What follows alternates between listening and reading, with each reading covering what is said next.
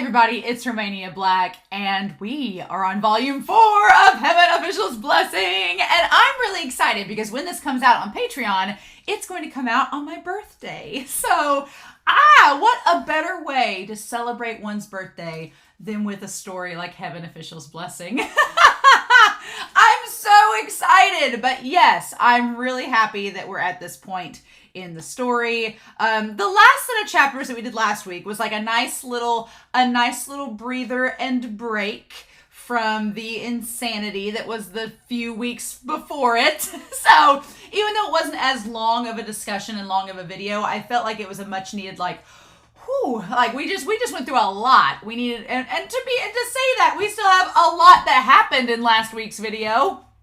We have Mount Tonglu opening up. There could be a new Supreme Ghost. Hua Cheng had like a rut like with Xie Lian and spent the night with him. You know, just your typical Heaven Official's Blessing things happening. But yeah, so I really liked last week's chapter, but it was a very short video in comparison to the ones we've had in the weeks prior. But that was okay. There's still a lot happening, a lot of theorizing, and a lot going on going into this set of chapters that we're going to be looking at today, which is chapters 128 through 131, which is like over 30 pages. So it should be a nice chunk to go over, as Xie Lian has been sent by Junwu to go hang out with Qi Ying. I'm sure Qi Ying's like, wow, with Xie Lian, huh? Nothing bad has happened to anybody he's been associated with in this story. What traumas await Qi Ying? Hopefully none. Hopefully none, right? I will say though, I have been told in the Discord that chapter 128, I was told that there is an author's note and I need to skip it because apparently there is a spoiler or something that Patreon has deemed I probably would not want to watch. And if Patreon is saying that I may consider it a spoiler, I'm probably going to consider it a spoiler. So with that being said, I am going to skip over that author's note and not paying attention to it going into this set of chapters. So yeah, I do have some comments before we start, but I'm really excited. There's no better way to celebrate one's birthday than with Heaven Official's Blessing, especially this volume. I love this volume. It grew on me when I first started this volume and I didn't realize the full impact of the Windmaster and the Blackwater reveal. I was like, oh, this volume's okay. I mean, it's no volume 3, but it's okay. And then as this volume has gone on, because we're nearly to the end of it, as this volume has gone on, I've been like, oh, wow. No, this volume's really good. The reveals have made it like, I think volume 4 might be my favorite now, and then volume 3, volume 2, and volume 1. So the story just keeps getting better and better as we go, which I'm excited about. We technically have 2 more weeks with volume 4 after this, which we'll talk about at the end of the discussion, but and tell y'all what I'm planning to do with those. But yeah, so we have a comment set to get through before we start this set of chapters 128 through 131. Trixie L was talking about how Ming Yi, during all the banquet scenes when they were stuffing their face, is actually kind of sad because Heshan, as we know, died from exhaustion, which could include starvation. So Heshan starved to death, and now in this ghostly form, they're stuffing their face. I'm like, ooh, that's pretty intense, right? And then I do want to say, I'm going to bring up a few things to talk about the rest of this here. Kathy Chung saying that apparently gods during calamities can take any shape or form. Didn't know that was like a Chinese folklore mythology thing, but apparently the Blackwater could take the shape of waves or storms or things like that, which is rather interesting because I'm like, what form would Hua Cheng take for a calamity? Would he become all the butterflies? Would he become butterflies? I don't know. Would he become like bloody rain? I don't know. That's a rather curious thing. Don't tell me. We'll find out if that's a thing. But I guess during his trial, we've not really heard of Hua Cheng becoming like an element or something like the Blackwater. So who knows? We'll see. Kix K said, did Heshan mean for the Windmaster to be there with Xie Lian? Which was a rather interesting thing. Like how far does Heshan wanted the Windmaster to be involved when he got revenge on the Watermaster? Like, how does that work? And I will say, I respect Shi Wudu now that, R.I.P. I respect Shi Wudu in that as flawed as he was, and as much as I didn't really care for his character, I said this in the comments, I have to respect him because he went out, one, on his own terms, which mad respect for that, but two, because up until the end he loved his brother, and everything he was doing, despite it being flawed, despite it being having horrible consequences, ramifications, it wasn't for himself, it was for someone else. And I'm like, okay, that's flawed, and maybe I don't like some of the decisions that he made or how he went about it, but I do respect that he was doing it for his family. And that kind of leads to this point here that Kix K brought up, that for Xie Wudu, the Windmaster was like his last ties to humanity and to the mortal realm. And they kind of talked about how back in Volume 3, the Goshi told Xie Lian, like, you have to shed all of that. If you keep these attachments to the mortal realm, once you ascend, it will lead to your downfall. And what happens with Xie Wudu? He keeps these attachments with the Windmaster. He causes Heshan to be created, essentially, and he leads to his own downfall and the trauma of all those around him. So yeah, it's kind of like we've seen how keeping those attachments to the mortal realm after you ascend have some seriously negative consequences. And it's like, ooh, which is interesting because it kind of makes Xie Wudu and Xie Lian similar in that they both fell after ascension. It took Xie Wudu a lot longer to fall than it did Xie Lian, but because of those attachments, they both fell. However, what's interesting is that Xie Lian had his love for Hua Cheng that kind of, grounded him, whereas the hatred of Heshan against Xie Wudu ended up destroying him. So there's a really interesting connection here with the two supreme ghosts. You have Heshan and you have Hua Cheng, and Hua Cheng's love for Xie Lian in the end may end up saving him, whereas Heshan's hatred of Xie Wudu ends up destroying him. So I thought that was rather interesting. I do want to say one thing before we start these chapters, though, for the comment section. There's been a lot of comments where people have been talking about, about Heshan and the Blackwater and their seeming love for the Windmaster. It's kind of got me a little worried because we don't know that he has a love for the Windmaster at this point in the story. We can kind of make context clues, assumptions that maybe there's something there. But what I'm afraid of is that people are like, oh yeah, Beefleaf's still a thing, and the Blackwater totally has a thing for the Windmaster. You just haven't figured it out yet. And I feel like that might be a spoiler. So... And I've kind of said that in the reaction that I guess that based on his actions, maybe that's there. But like I've said many times, I don't want things confirmed or deconfirmed. So that spoils the surprise for later. So just please be aware and careful how you word things in the comments, especially about Beefleaf. I don't want confirmation. It seems like it's already been confirmed and I've already been spoiled, which is very sad. So I don't want to know if that's the case or not. I'll find out on my own, but please no more. Please be very careful of how you word things. And don't hint at, oh yeah, Heshan's got this mad love for Windmaster now. Let me find that out on my own. Please and thank you. It's my birthday wish. My birthday wish is to not be spoiled. So I'd really appreciate that. But yeah, I'm really excited, y'all, to see what's going to happen with these chapters. I have no clue. Again, we get to the point. The last several chapters, there's been kind of like a timeline of what's been going on. But here now... the Heshan and Windmaster, they've gone MIA. We don't know where they are. We have no clue. And we know that we've got to prevent these supreme ghosts from being born. So the heavenly realm is kind of up in arms about it. But other than Xie Lian being assigned to Qi Ying, we really don't know what's going to happen. So it's kind of interesting. So I guess we'll find out, right? But I woke up this morning. I had other things I could react to, but I'm like, you know what? I'm going to go ahead and get my birthday ready. And hopefully this month, since it is May as I'm recording this, hopefully this month, volume 6 will come in the mail. And in one of the reactions this month, I will be able to show you what that looks like. So, yay. But we're not going to waste any more time. We're going to dive right into this set of chapters and just see what the hell happens. So we're going to start chapters 128 through 131 of Heaven Official's Blessing. And we're going to do that here in 3, 2, 1. And let's do this, y'all. Chapter 128, Blinded by the Heart. Brocade Immortal, forged by blood. Oh, the Brocade Immortal was one of the ghosts that they said got loose because of the Mount Tonglu thing. So I was like, that seems familiar, but I don't remember it. Interesting. After a pause, Junwoo said, "Where's Qi Ying?" I like the idea that maybe Qi Ying doesn't listen to Junwoo or anyone, which is kind of funny. And Xie Lian looked around, and indeed, there wasn't a shadow of that young martial god.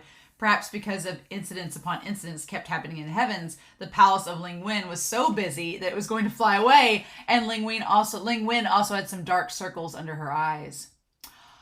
It's been a long time since Qi Ying came to these meetings. We've never been able to contact with him. Some heavenly officials on the side clicked their tongues like, "Where'd that brat run off to again? Oh, so he's young. He's established to be young. Not here again. So envious he doesn't need to attend all these meetings. Since we don't know Qi Ying's whereabouts, once we find him, we'll let you know and have the two of you coordinate." And Xie Lian's like, "Okay, yes, my lord." Yeah, so they're like, we gotta go find him first and figure this out.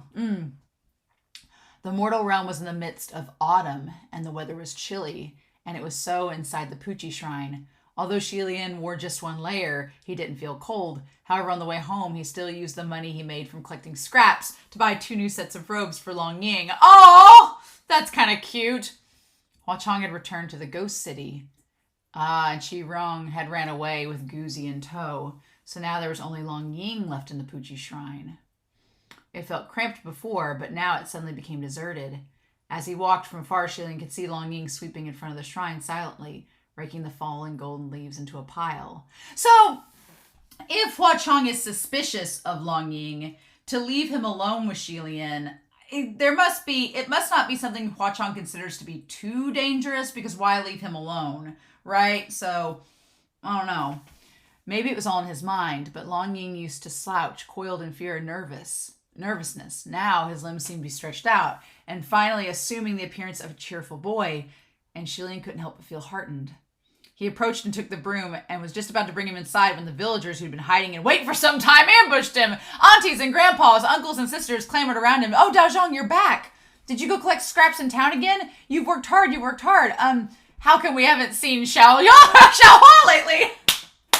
We don't really care about you. We just want to know, like, where's your brother at? We haven't seen him for days. We missed the little guy. Oh, well, Xiaohua went back home.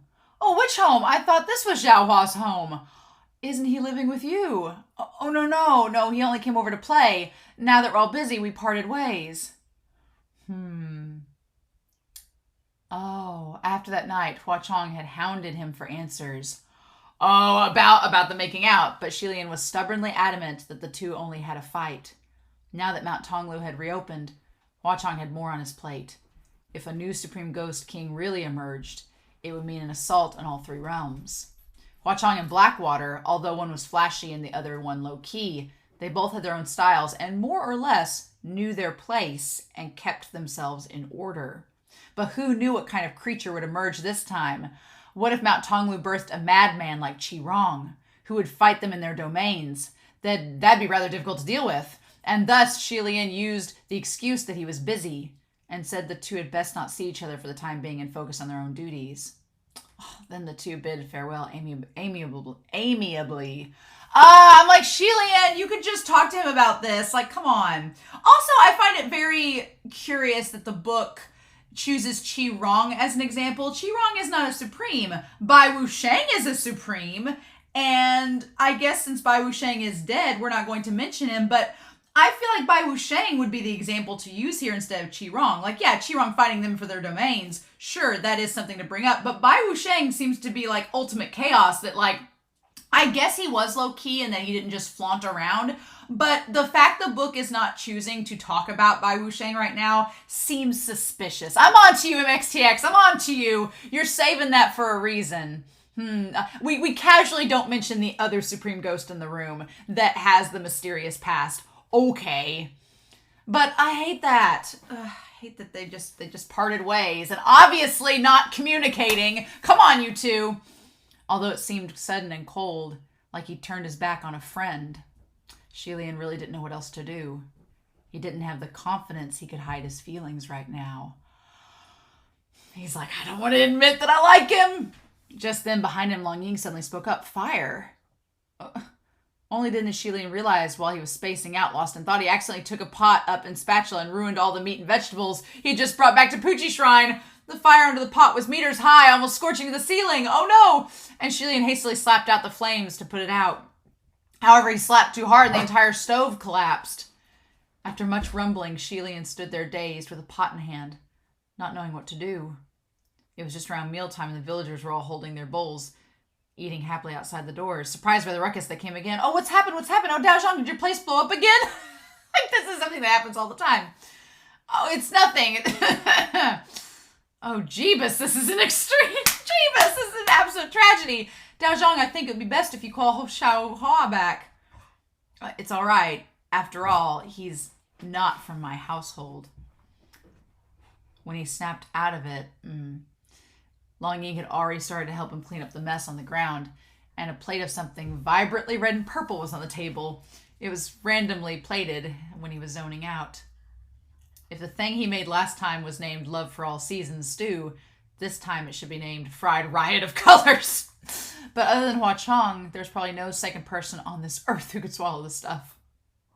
Xie Lian himself couldn't bear the sight of it and turned around to wash the pot, rubbing his forehead. Never mind, don't eat it, throw it away. However, after he finished washing the pot and turned around, he saw Long Ying, who had taken the plate, had already silently eaten the food. Stunned, Xie Lian immediately went over to him to stop him and held him by the shoulders. Oh God, are you all right? Do you feel bad anywhere? Long Ying shook his head. Since his face was completely wrapped in bandages, his expression was hidden. Even Shirong and Blackwater would lose their minds when they ate what he cooked. Ah! But Long Ying was actually able to handle it. Just how hungry was he? Or did his strength suddenly increase? Xie Lian forced a smile and then cleaned up and went to bed. There's some interesting things about here, but I want to save these theories for later. There were 2 mats in the Puchi shrine, one for each person. Now we have 2 mats. We're not sleeping in the same one. It just conveniently worked out with Hua Cheng that was the case. When Xie Lian was reminded that the mat beneath him was laid upon by both him and Hua Cheng together, he couldn't sleep. His eyes were wide awake, but he didn't dare toss and turn lest he rouse Long Ying. After much internal struggle, he was just thinking he might as well go for a breath of fresh air when suddenly he heard the window creak. Someone had softly pushed open the wooden frame and hopped inside. Xie Lian's back was facing the window, and he lay there on the ground, on his side, shocked. What kind of person would be so harsh on themselves as to come to steal from the Puchi shrine? Wasn't this just labor without any return? That person was light on their feet, extremely skilled. If not for someone like Xie Lian, who was extraordinarily sharp in their senses, no one would have noticed him. Once he hopped in, he ran straight for the donation box. Oh yeah! Xie Lian remembered that the donation box full of gold bars. Was this person here for the gold? But those gold bars had long since been given to Ling Wen to have her find their master. Listening attentively, Xie Lian realized the person was actually cracking the box. But they were stuffing something, one after the other, into the donation box. Ooh, okay. After that individual had finished their work, they seemed to be looking to hop out the window to leave. Xie Lian mentally plotted, thinking that he'd follow after that person once they were out to see where they were going and who they were. Yet unexpectedly, when that person passed the altar table and saw it filled with plates, they seemed to be hungry. They didn't think twice before chowing down on the leftover fried riot of colors, stuffing a few mouthfuls down their throat, and the next second, thud, they were knocked to the ground. Xie Lian immediately turned over and sat up. I've been saved some trouble. When he lit the lights to look, on the ground was a purple-faced figure lying flat. Xie Lian hastily went to the rescue, pouring large amounts of water down his throat before that person slowly came to. The first thing he uttered when he woke was, "What the hell was that thing?" Xie Lian pretended not to hear and chided solemnly. "Your Highness Qi Ying, you really are too rash, stuffing whatever you find in your mouth without knowing what it is." The youth had a straight nose and deep brows, his head full of raven black curly hair. Who else could have been but the martial god of the West, Chan Yizhen? He glared. How would I know that anyone who actually poisons their own food would offer it in their own shrine? Xie Lian rubbed his own forehead and opened the donation box to see that it was filled to the brim with gold bars. Was it also you who filled the box last time? He nodded. Why are you giving me all this? Because I have a lot. He replied. What? Truthfully, even if he wouldn't say it, Xie Lian would probably guess this was the most likely because of the mid-autumn banquet. Xie Lian had slung out a chopstick to cut down the curtains of the stage. Oh, to repay him. Take those back with you. I won't accept rewards without having done anything. But Qi Ying didn't say anything, not very obviously not listening. Xie Lian didn't know whether to laugh or cry, and just then Long Ying spoke up coldly. He's telling you to take those away. When had he sat up? Xie Lian looked back to glance at him, feeling strange. In the past, Long Ying had basically made himself invisible, desperately shrinking into the ground. So why did he say so much without prompting today? And using such unfriendly tones, too. But he didn't think too much. He figured, if anything, he could just give the box to Ling Wen to shove it back on Qi Ying. He straightened his expression. Your Highness, you've come just in time. You didn't attend the meeting at the Great Martial Hall today, but Jun Wu has given us a mission. Have you seen the scroll? Oh, never mind, it's all right. I know you haven't looked through it. I've reviewed it already. This time we're a team, and the creature we're responsible for is the Brocade Immortal. The Venerable of Empty Words was called a Venerable because people didn't dare to call it a rogue, a hellion, or an annoying devil so directly. It was a tentative flattery. Why was that Brocade Immortal venerated as an immortal? This was because, according to legends, the creature once truly possessed the ability to become a god. Legends say, many centuries ago, there was a young man in some ancient kingdom.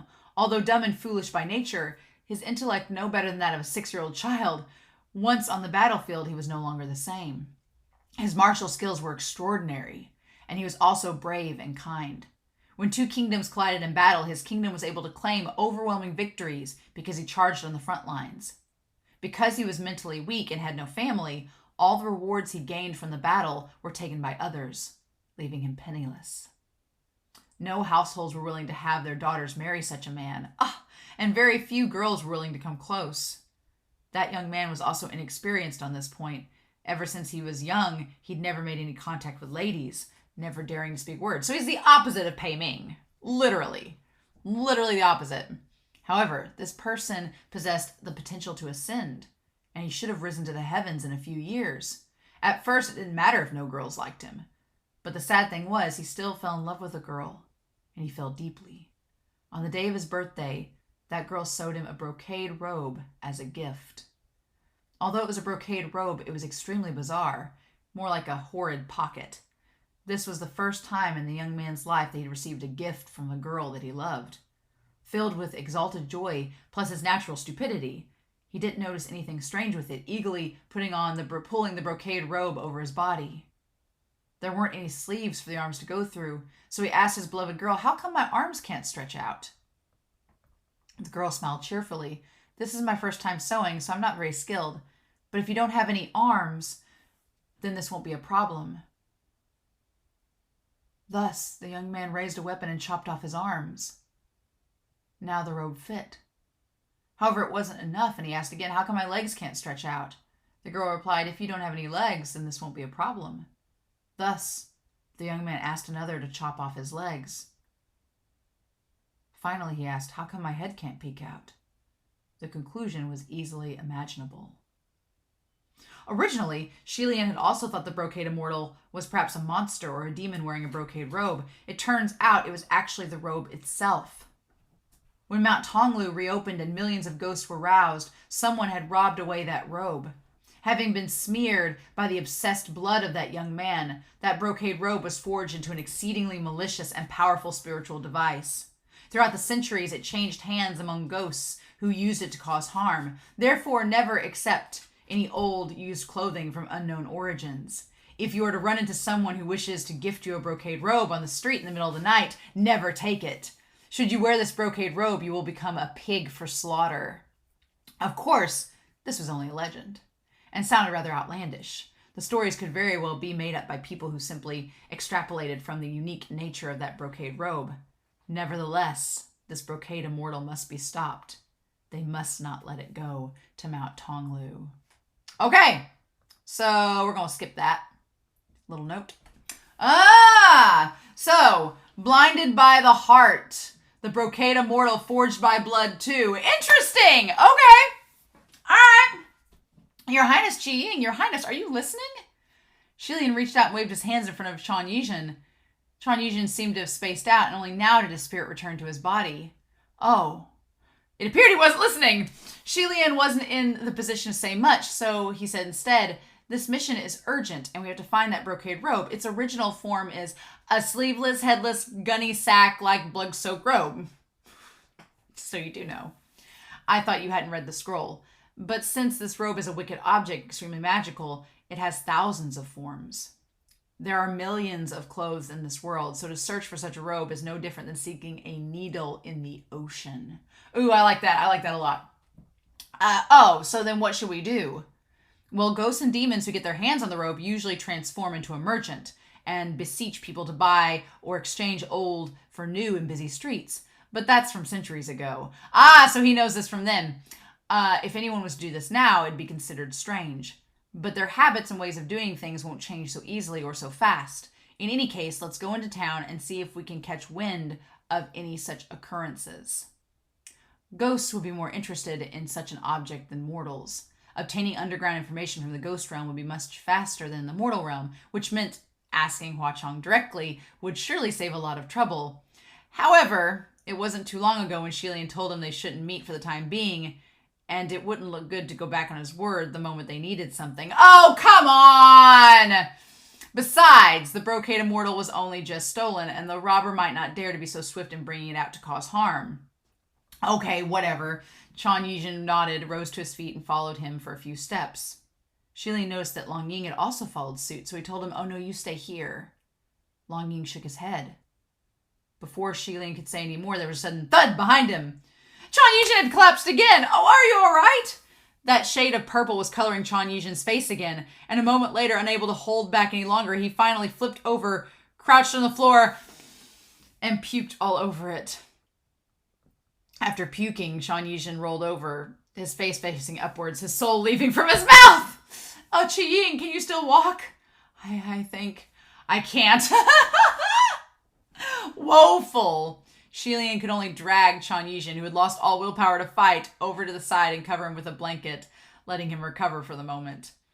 It took until the next day before he looked slightly better. Either way, Xie Lian didn't dare to let him eat anything from the shrine. He asked for some porridge from the village's head home and brought it back to fill the stomach of the other two. Qi Ying sat in a spot Hua Cheng usually occupied, and for some reason, Long Ying kept staring at him, seemingly unfriendly. Xie Lian placed the porridge in front of the two and subconsciously murmured, "Son Long." Before the words completely left his lips, the two turned to look at him. Xie Lian instantly froze, and only then did he realize what he blurted. He cleared his throat softly. "Please continue." The two sat at the table eating their porridge, while Xie Lian took up the axe and went outside. As he chopped wood, he thought back on the clues the scroll provided. The brocade immortal was first sealed under a great martial temple, and the seal of that temple was extremely powerful.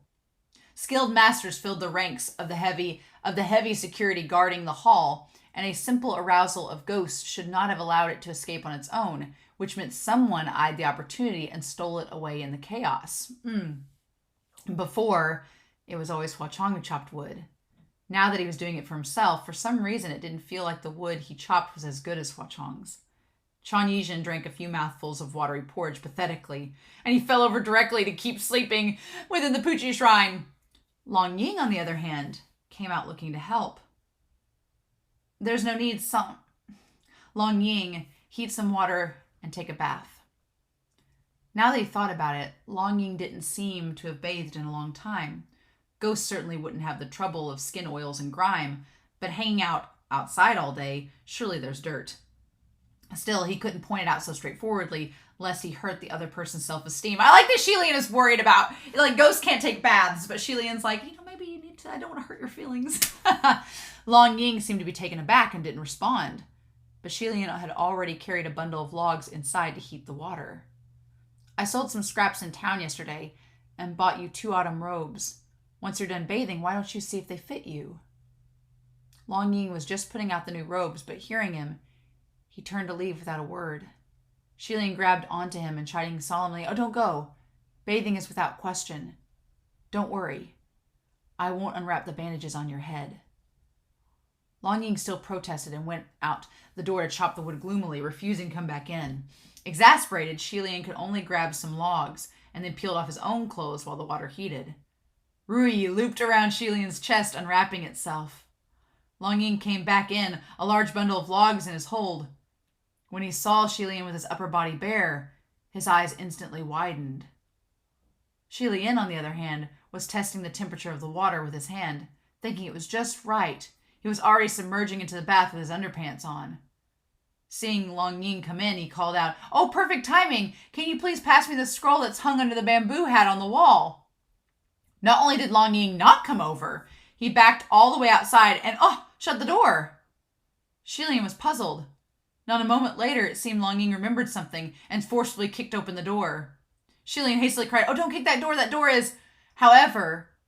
Long Ying, didn't spare him a look. He walked straight inside, picked up Qi Ying, who was lying on the floor like a stiff corpse, and dragged him out the door. Qi Ying seemed to be deeply asleep. Only an event on the level of a shaking mountain could rouse him. So he felt nothing while getting dragged out the entire way. Xie Lian didn't know whether to laugh or cry. "What are you doing? It's all right. It's not like I'm a girl. Come on in."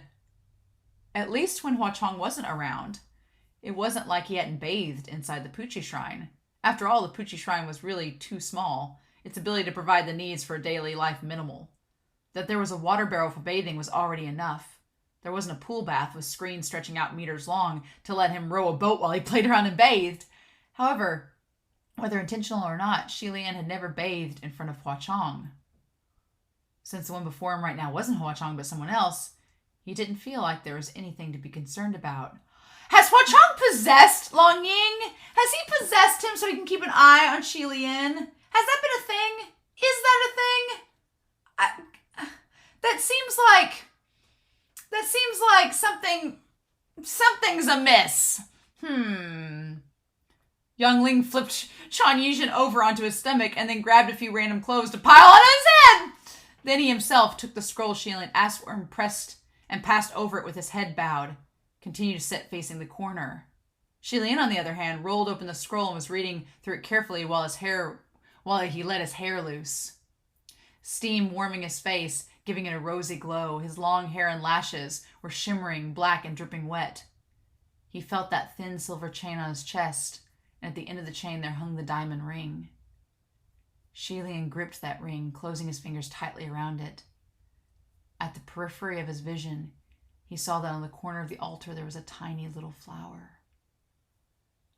He picked up the flower and brought it before his eyes, feeling his mind cloud just like the lingering hot air surrounding him. He needed to spare a hand to wave away the haze. Just then, he heard a series of knocks sounding outside the door. The sound pulled him out of his thoughts, and Xie Lian placed the flower back. "Ah!" He was just about to ask who it was when he realized the knocking wasn't on Puchi Shrine's door, but on the village houses next door. In between the knocks, the delicate voice of a woman sounded, "Is anyone home? Exchange old for new, exchange old for new. Ah! I have a brand new robe that I have no use for, and want to find a set of old clothes I might fancy. Are any masters in the house willing? Is anyone home?" Without needing to go search, the creature actually came knocking all by itself.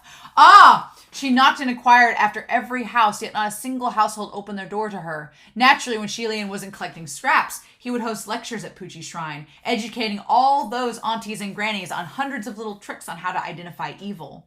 To run into such an obviously strange, uninvited ghost in the middle of the night, no villagers were paid any mind.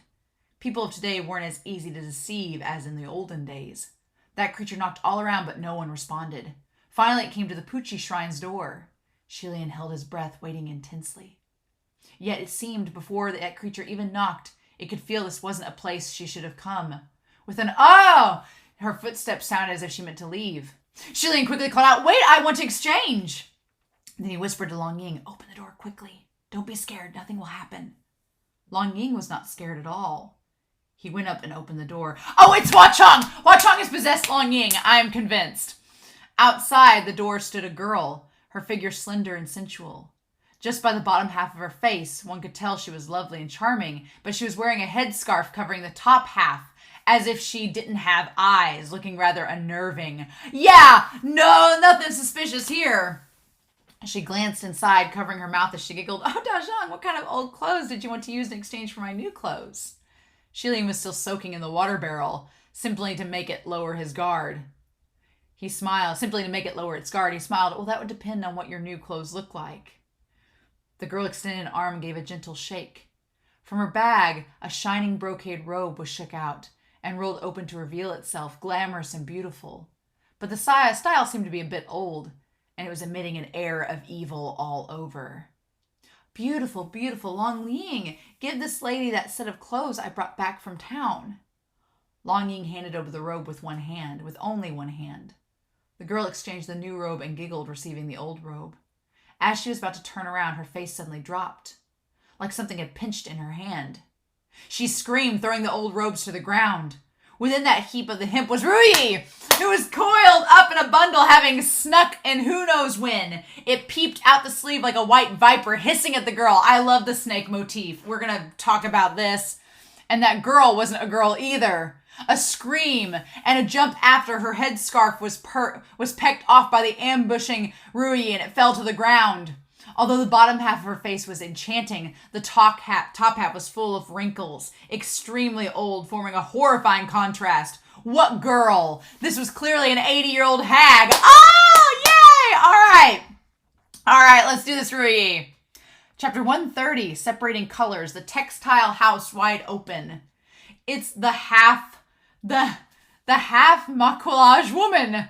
The half maquillage woman was a vulgar monster formed by the jealousy of older women towards young girls. They couldn't accept their own aging and were convinced that consuming the flesh and blood of young girls could bring back their youth. They enjoyed squeaking in high-pitched voices, faking the sound of a young girl. However, as they say, eyes are the window to the soul. Old age was something they could not hide, no matter how hard they tried. While the more blood and flesh they consumed, the younger the bottom half of their face would appear. The upper half of the face that held the eyes would appear older, and the contrast would become even more stark. Even then, they stubbornly refused to see the error of their ways. Xie Lian emerged from the bath dripping, stepping a foot onto the edge of the water barrel, ready to leap and take her down. Yet it was like Qi Ying, who returned from death. He shot up and slapped. That half maquillage woman really was too weak, and she was struck to the ground with a wailing cry, "Have mercy!" In no hurry, Xie Lian grabbed for his cultivation robes and casually draped them over himself. "So you're the one who stole the brocade, Immortal." The half maquillage woman immediately cried out, "It's not me, it's not me. I wouldn't dare break into the great martial temple." That was true if he thought about it. Typically, low-ranked ghosts really didn't have the guts to break into the great martial temple so rashly. They'd be blown into smithereens for sure. Besides, this half maquillage woman probably didn't have any connection to the brocade Immortal. With a rough look, her ghost age was probably 80-something, while the brocade Immortal was said to be centuries old. "Then where did you get your hands on this brocade robe?" Xie Lian questioned. That half maquillage woman picked up her headscarf to cover the top half of her face anew, her voice shrieking again. To answer Dao Zhang, I picked it up in the ghost city." Was that a thing? Picked it up from the ghost city? Xie Lian was speechless for a moment and then questioned, "Well, then who was the one who sold the brocade robe to you?" She answered anxiously, "Oh, Dao Zhang, I beg you, please let me off the hook. I don't know either. It's not like business in the ghost city need to have their 18 generations of ancestry checked." That was true too. If starting a business in the ghost city required to have 18 generations of ancestry checked, it wouldn't be as bustling as it was now. Things could only thrive if there was room for loopholes. Xie Lian interrogated for a while, but it was fruitless. After determining this half maquillage woman was no more than a little minion, he called Qi Ying. "Have one of your heavenly officials come to collect this female ghost?" However, Qi Ying said, "No, I don't have any heavenly officials in my palace." "Not even one? You've never appointed any deputy generals?" He was staunch in his answer. "Not a single one." So it turns out this martial god of the West was a lone wolf and had never appointed anyone, not even a helper, to manage the nitty-gritty. At least for Xie Lian, it was because he couldn't afford it. Qi Ying's situation could probably be only explained by his eccentric character. Without any other choice, Xie Lian could only fumble out a clay jar and seal the half maquillage woman away. "Pickle jars, clay jars, we're just going to put them in jars. Put it in a jar." Then he took the brocade robe in Long Ying's hands. When he shook it open to inspect it, however, his brows knitted slightly. It certainly was wicked, but what was the best way to describe it? In Xie Lian's opinion, its evil essence was too superficial, like it was nothing more than layers of cosmetic foundation. not emitted from within. Xie Lian's guts told him that this thing wasn't as dangerous as the legend said, but still he was high on guard. Just then, Qi Ying took a glimpse at the robe and said, "It's fake." "How do you know?" "This robe is fake. I've seen the real Brocade Immortal before. It's way more powerful than this." "When have you seen it?" He was amazed. "There's actually quite a number of people who've seen the Brocade Immortal before, but because it's hard to tell, how do you determine whether it's real or fake?" But Qi Ying stopped talking. Coincidentally, Ling Wen reached out to him via the spiritual communication array just then. Her voice rang in his ear. "Your Highness, we've just received information that there seemed to be a little ghost within the Brocade Immortal in hand who appeared about 20 miles from your Pucci shrine. We need to trouble you to go take a look." "Another one?" "All right," Xie Lian replied. Then he glanced at Qi Ying, and without making a sound, he asked within the array, "Oh, by the way, another thing. Ling Wen, has Qi Ying seen the Brocade Immortal before?" "Qi Ying?" Ling Wen said. "He didn't just see it. It was much more than that." "Well, how do you mean?" "It's complicated. Of course it is," Ling Wen replied. "But has your Highness ever heard? The martial god that ruled the West wasn't always the palace of Qi Ying. It was the palace of Yin Yu." Xie Lian recalled that this was something the Windmaster had told him about when he was stripped back at the Paradise Manor that one time, and he couldn't help but feel his heart squeeze. "I've heard this before. I heard the two Highnesses used to be a pair of Xiaoyang and Shidi. It turns out, before Yin Yu had ascended, he was the head disciple in the sect. One day he saw a brash little street urchin, and in a moment of soft-heartedness, he asked the master to take him in. This little child was Qi Ying. Disciples of the same generation, Yin Yu had always taken very good care of Qi Ying. He was the first to ascend, and he even appointed Qi Ying as a deputy general." Ling Wen said, "You've met Qi Ying a few times, so you should know he's a little bit ignorant of the ways of the world." "Well, that's a good thing," Xie Lian said. Ling Wen chuckled. "Good or not, it depends on the person and the situation. Some people think he's a selfish, loose cannon, ignorant of matters, and doesn't give people the respect that they deserve. The first few years when he first stepped onto the heavenly court, if it wasn't for His Highness Yin Yu who shielded him, he probably would have been beaten to death already by who knows how many people." Okay, so the Heavenly Official's Blessing is a pending edits, and some passages may not get worked on by MXTX. In the early unedited version of Chapter 42, the Windmaster had a long spiel on Yin Yu and Qi Ying that's now been cut out. Perhaps MXTX hasn't gotten to this chapter yet to make the plotline pick up smoothly, but depending on the contract status, this may or may not be edited in the future. Okay, we'll talk about that too. All right, because I was like, who's Yin Yu? What? The two Highnesses must share a very good relationship then. It was good at first, Ling Wen said, but the sad thing was, later, Qi Ying himself ascended too. Both ascended from the West, so what to do? Thus the two agreed to rule the West together. A pair of Xizhong and Shidi watching over their domain together sounded like a beautiful tale, yet in the end, a mountain could not support two tigers. If one was to say that Yin Yu's ability was enough for the heavens to send forth a heavenly calamity, 1 in a million, Qi Ying's ability was good enough to pass 3 heavenly calamities. And there might not even be 1 in a million who could possess this potential. It was all right in the beginning. It wasn't obvious, but the more time passed, the larger the skill gap was between the two. Qi Ying truly was asocial, and not only did he ignore building relationships with heavenly official colleagues, he never tried to please his devotees either. In fact, other than Yin Yu, he didn't even bother to remember the names of any other heavenly officials at all. And was even audacious enough to beat up his own followers, telling them to go eat shit. He was out of line as they come, yet as domains grew bigger and bigger and his followers increased, in comparison, the palace of Yin Yu was losing its shine and finally became restless. On their birthdays, this pair of Xizhong and Shidi would always gift each other presents. One year, on the day of Qi Ying's birthday, Yin Yu gifted him an impressive set of armor. The Brocade Immortal. That's right. Not only could this Brocade Immortal suck blood and kill its wearer, it also had a wicked ability. Whoever it was gifted to would obey any commands of the one who gave the gift. Since the two, Xi Zhang and Xie Lian, maintained a good relationship, Chang Yijin put on the armor without any second thought. Soon after, seemingly unintentionally, Yin Yu played a prank. Under the control of the Brocade Immortal, Chang Yijin lost his mind and did what he was told.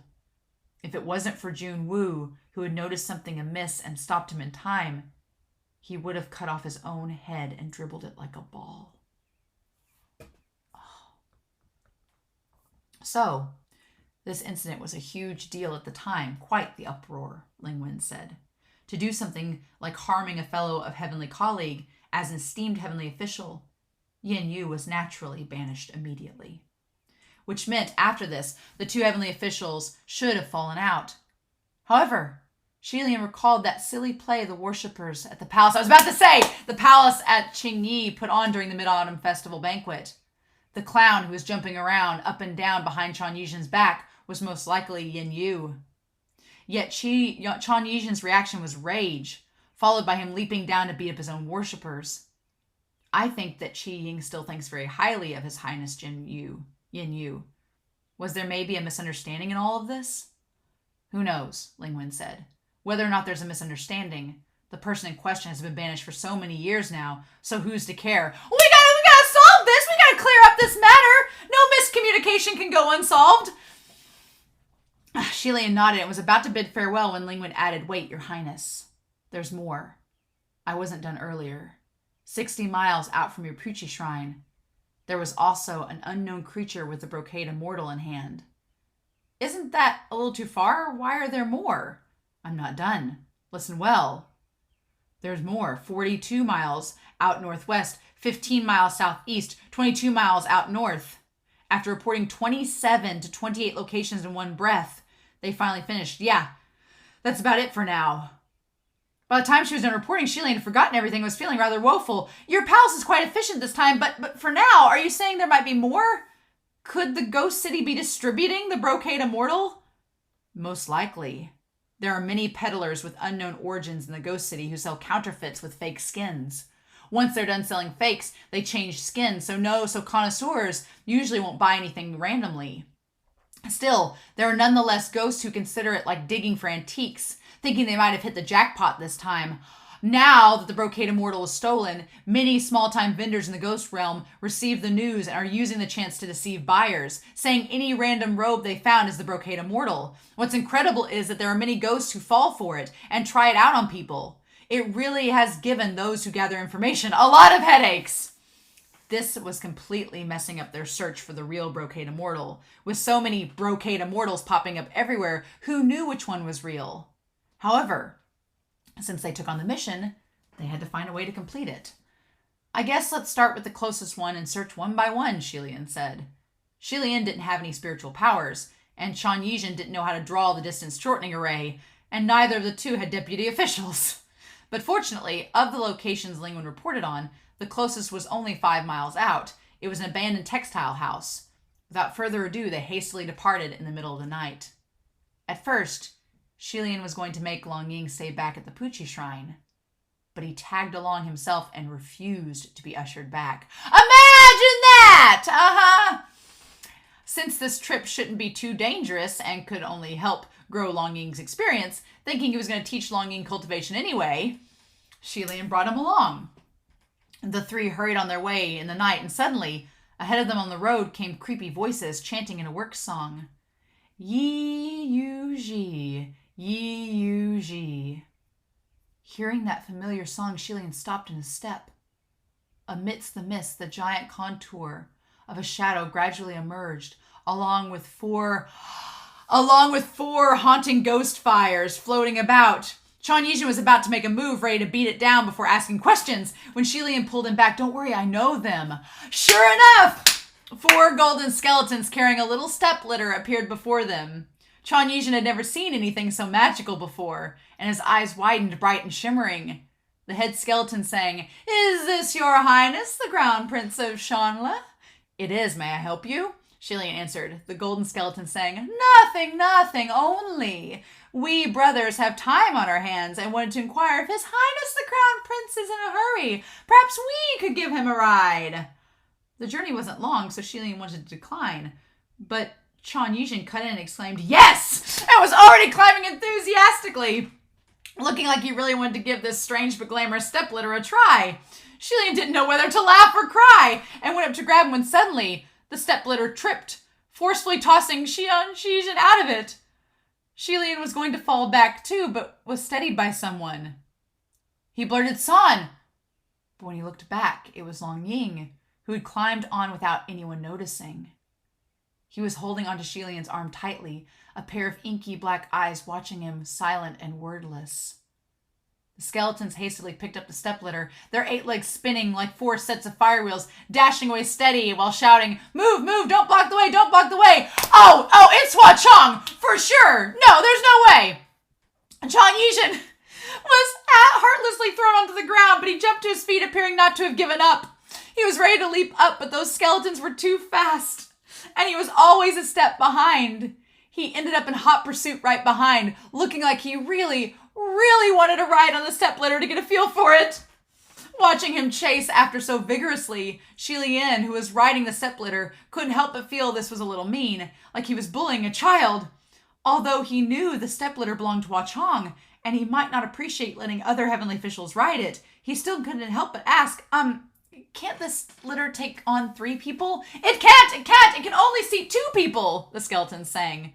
They ran like fire wheels the entire way, with Ying chasing them the entire way. Once they were at their destination, the golden skeletons dropped Xie Lian and Long Ying off, and then picked up the stepladder and disappeared from sight. Ying, who was never able to board the vehicle in the end, was extremely disappointed, watching the stepladder disappear longingly. Xie Lian stepped off the litter holding Long Ying's hand. He heard ahead of them the loud cries and wails, and they all came to the abandoned textiles house. Xie Lian was puzzled. Didn't they say this textile house was abandoned? They walked closer, and those wailing voices became clearer. This lowly one won't dare sell counterfeits in old Hua Cheng's territory again. We really won't dare to anyone, but please tell good old Chengzhu that I also got those fake brocade immortals from the distribution of other goats. I'm a victim too. The 3 came before the textile house and bumped into a black-clad, ghost-masked man who had only emerged from within. He seemed to have been waiting for a long time. He inclined his head slightly and greeted, Your Highness. The voice What? This voice belonged to that ghost officer who had once helped Xie Lian catch Long Ying and brought him to the Paradise Manor. And at the time, Xie Lian had seen a cursed shackle on his wrist. What? Oh, good! We get to have this chapter! Okay, yes! Separating colors, textiles, house wide open, too. The Windmaster once told him that this person was probably in you, since there was only a handful of heavenly officials who'd been banished in recent years. Oh my gosh! Oh, the Waning Moon Officer! Oh! Thus Xie Lian asked, How do I address you, good sir? The ghost-masked man replied, Please, your highness, I'm nothing more than a nameless servant. Entering the abandoned textile house, Xie Lian was taken aback. There were all kinds of clothing hung on the racks on racks of wooden stacks, wedding robes, government attire, lady satin, uniforms, children's clothes. They were also very simple and vulgar bloody hemp shirts, as if they were afraid people couldn't tell that they were wicked. Piles and piles, layers and layers, haunting and eerie, heavy in the essence of evil. Like each and every one was a live corpse standing. Even if they weren't the brocade immortal, they certainly wouldn't be anything good. Long fabrics of various dyes hung high upon the stacks, some pale white, some filthy. It had been a long time since anyone had minded them. Ying was squatting next to a large black barrel of dye with his head poked in, inspecting the dyes inside. The fluid had a funny color and emitted a strange smell. Xie Lian was afraid that at any second he was going to dip his finger in and lick it to test. He hastily dragged him away. Outside in the yard, there was a band of ghosts and monsters all bound by a single iron chain, crouching and hugging their heads. What? The masked man answered, "The monsters and ghouls that have been selling the brocade Immortal in the Ghost City and elsewhere are all here. A total of 98 pieces of clothing have been collected." 98 pieces? And they were all caught within a very short period of time. Xie Lian was slightly touched. "Well, that just saved us a lot of time! Oh!" The ghost masked man continued, "If there are any new strange movements, we will also capture them for your highness with utmost haste." Hearing this, Xie Lian couldn't help but say, "Oh, there's no need. Please tell Son Hua Cheng that there's really no need to trouble him like this. I can do this myself, too. The result would be the same. It would just take a little more time and energy, that's all." He was a titled heavenly official working for the heavens, after all. Even if there weren't many worshippers, he still had a job to do. The ghost masked man replied, "Naturally, Chongzhu understands that your highness is capable of doing this effortlessly. But this is also precisely why he hopes my lord won't waste energy on small errands that anyone can do. Your highness's time and effort should be spent on more important matters." Xie Lian hesitated, but in the end he still asked, "May I ask how Chongzhu is doing right now?" Long Ying was nonchalantly swaying about next to Xie Lian. The ghost masked man replied, "Chongzhu is very busy at the moment." Xie Lian quickly replied, Oh, then that's good. I hopefully everything goes well for him. I wish him success." They questioned every single ghost and demon that were bound, and each and every one was adamant that their product had been distributed to them by a mysterious masked person. They didn't seem to be lying. But in a place like the Ghost City, how many hundreds of masked individuals roamed the streets in a day? The interrogation was fruitless, and so the ghost masked man pulled on that chain and bid farewell as he led those yapping ghosts away. However, those 98 pieces of ghost clothing were left behind. Xie Lian felt that in all his time collecting scraps and old clothing, he had never seen so many clothes. Flipping through them, he suspected that most likely not a single one was the real thing. He said to Chang Yizhen, "Cheng Yi, why don't you come and take a look?" However, Chang Yizhen only ruffled the loose curly hair and shook his head. Too many ghost robes. Every single piece of clothing emitted the essence of evil, and it was affecting all the other clothes, making one lose the ability to judge. This situation was akin to someone who possessed a sharp sense of taste. Although they could differentiate between the flavors of pear and apple candied stuffings, if 98 different kinds of fruity stuffings were mixed together and presented to a person to try, they would lose their sense of taste completely. Xie Lian was trying to think of another method, but when he turned his head to look around, he saw that Chang Yizhen had picked up a robe and was just about to pull it on his person directly. Xie Lian hastily stopped him and hung the robe back on the rack. Stop, Qi Ying. Let's agree on this. First, don't put on random things. Don't put random things in your mouth. And second, don't put on random clothes. Those are very dangerous actions. Chang Yizhen pointed behind them. Then what about him? Xie Lian suddenly smelled something burning and followed the direction of where Chang Yizhen was pointing. To look, he saw Long Ying had found some stick from a random corner and had lit it on fire. He was holding the flaming stick and sang the hymn of a ghost rose ablaze, looking serenely stoic. "Oh, don't play with fire either!" Xie Lian exclaimed. That ghost robe seemed to be in pain from burning. The hymn started rolling upwards, twisting like mad, trying to get away, looking more like a live eel than a piece of clothing, and painting a rather cruel picture. Yet, although there was the smell of burning, there was no trace of the fabric burning at all. It appeared that the essence of evil on those ghost robes had soaked in enough for them to escape fire disasters. Hearing Xie Lian tell him not to play with fire, Long Ying tossed the fire stick down and stepped on it to put out the flames, looking every bit obedient again. Xie Lian didn't know whether to laugh or cry, and he walked over. "Why are you so... today?" He stopped mid-sentence, and his expression suddenly became serious. He saw, not far away, a long and flowy white fabric that was hung up high on a wooden rack, gently fluttering in the night breeze. Upon the fabric was the shadow of a human figure, and it was slowly moving. The figure did not have a head. Xie Lian pulled Long Ying behind him and immediately unsheathed his sword. "Everyone watch out!" The swing of a sword cut the fabric and the shadow in half. However, when the fabric landed on the ground, there was not a single soul behind it. The headless shadow had disappeared. Xie Lian hadn't had the chance to rush up to check before something behind him made him shudder. He whipped his head and his pupils shrank. Somehow, a beautifully dressed woman had suddenly appeared behind him. It wasn't a woman, it was a robe. What he cut in half just now was also a robe, and once it fell to the ground, it was covered by other textiles. From all around, suddenly there was a bunch of humanoid figures emerging, swaying and rocking slowly, gathering around the three of them. It turns out all 98 pieces of the ghost robes that were hung in the yard and the hallways within the entire textile house had all struggled free from the racks. Xie Lian was dumbfounded. They were all fine before. What's going on? Behind him came a low voice. The arousal of millions of ghosts. Xie Lian turned his head, and the one who spoke was Long Ying. Although he didn't show any nervousness, his veins were popping on the back of his pale hands. He was very obviously being affected by something as well. Another wave of demonic arousal. The closer to the day that Mount Tonglu opened its gates, the stronger the tremors in the ears of ghosts came to remind them. The first thing Xie Lian thought of was, how is San Long? However, the current situation didn't give him much time to think. While his mind was spinning rapidly, 20 or so ghost robes were already pressed over. Qi Ying didn't blink or think before his fist swung out. If his fist landed on the wall or the ground, then surely the earth would move, the mountains would shake, and boulders on the grounds would crack. But this 1,000-ton fist was beaten on some clothing. Consider, even children know rock, paper, cloth. Ah, that cloth wraps rock.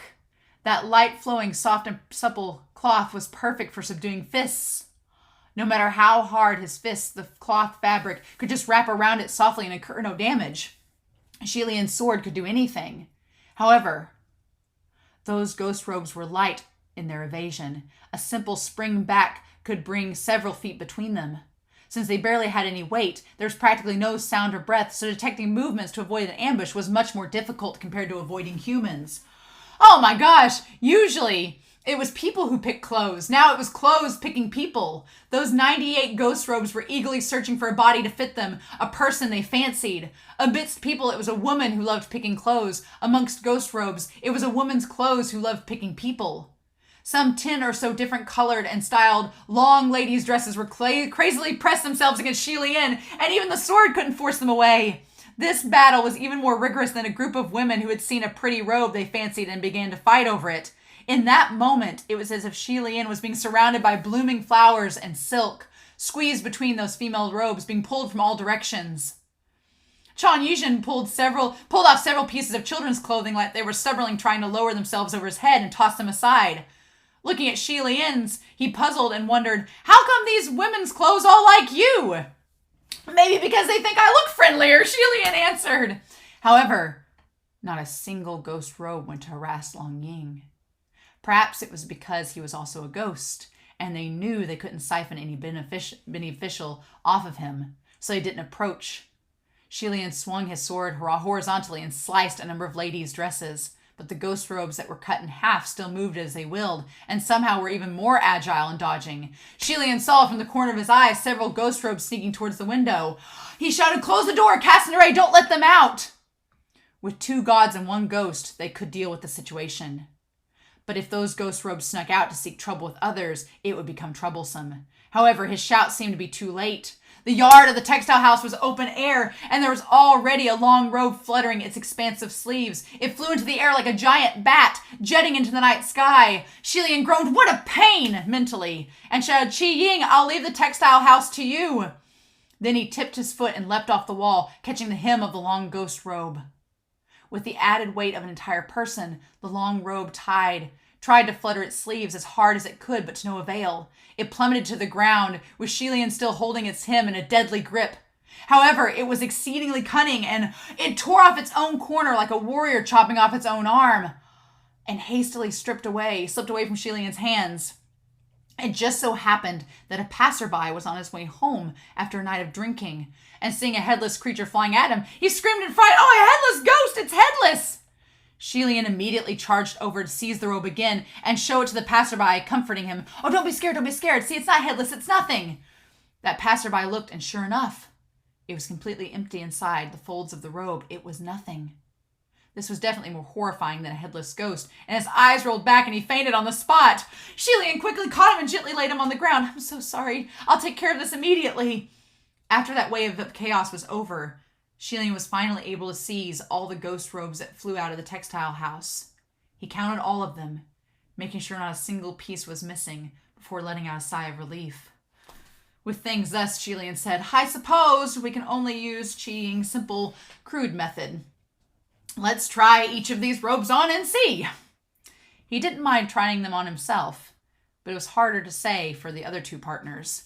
If he didn't actually put on the Brocade Immortal, who knew if they would be able to deal with any accidents that might happen? In the end, it was decided he would stand and watch while the other two dressed. Thus, both Long Ying and Qi Ying peeled off their outer robes and started trying on one robe after another. With each new robe, Xie Lian would give out simple commands like jump or spin around to see if they would obey. However, after trying on every single one of the 98 robes, both trying on 40 to 50 of them apiece, there didn't seem to be any strange reactions. It appeared that in this pile of ghost robes, not a single one was the Brocade Immortal, and they worked all night for nothing. Which, I mean, if Long Ying has Hua Cheng in his body, he's really enjoyed the fashion show, right? Long Ying and Yi Zhen squatted on the ground in their single layer, while Xie Lian sat atop the mound piled high with all sorts of clothes. Supporting his forehead with his hand, he mumbled, there really is no value in buying fakes. After sitting there for a while, he went to seek Ling Wen in the communication array. Ling Wen, I've collected some ghost robes here. Even though the real Brocade Immortal is probably not in this pile, they're still rather evil, a little troublesome to deal with. Can you send someone to take them away? Acknowledged. I'll coordinate it immediately. How many pieces have you gathered? Ling Wen answered. 98 pieces, Xie Lian replied. Oh, your highness truly is a capable man, having collected more than what I reported to you. It wasn't actually me. Before he could finish the sentence, there was another familiar chill that ran down his spine. Xie Lian looked up and shuddered. In front of him, upon a number of light and flowy white clothes, was the black shadow of a human silhouette. This time, it wasn't headless, nor was it fluttering. The one standing behind those long curtain-like fabrics was very much a man.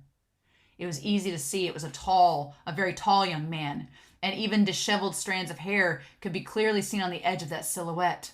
Oh, damn it! No! It's the Brocade Immortal! Oh, come on!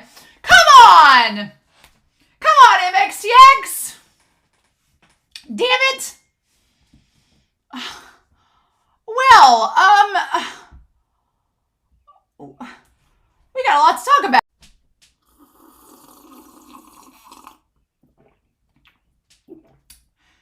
MXTX, what are you doing? What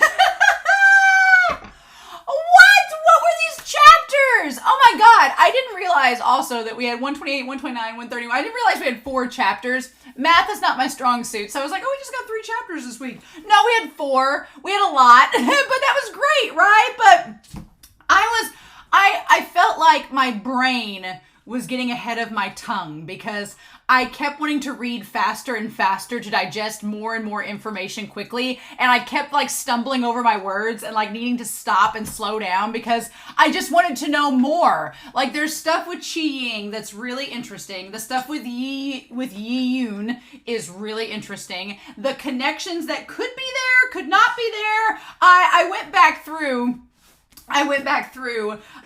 these chapters in this book to look over, and then I stopped because I got back to the chapters of the making out part and I had to reread that. So this is like 30 minutes after I finished the reading. I was like going back on there being like, oh wow, they're making out. Okay, cool. I'm gonna stop and read this over again. And then I got to this, which there are 2 pictures this week, which are awesome. 2 photos for the chapters. Very worthy of having a giant set here.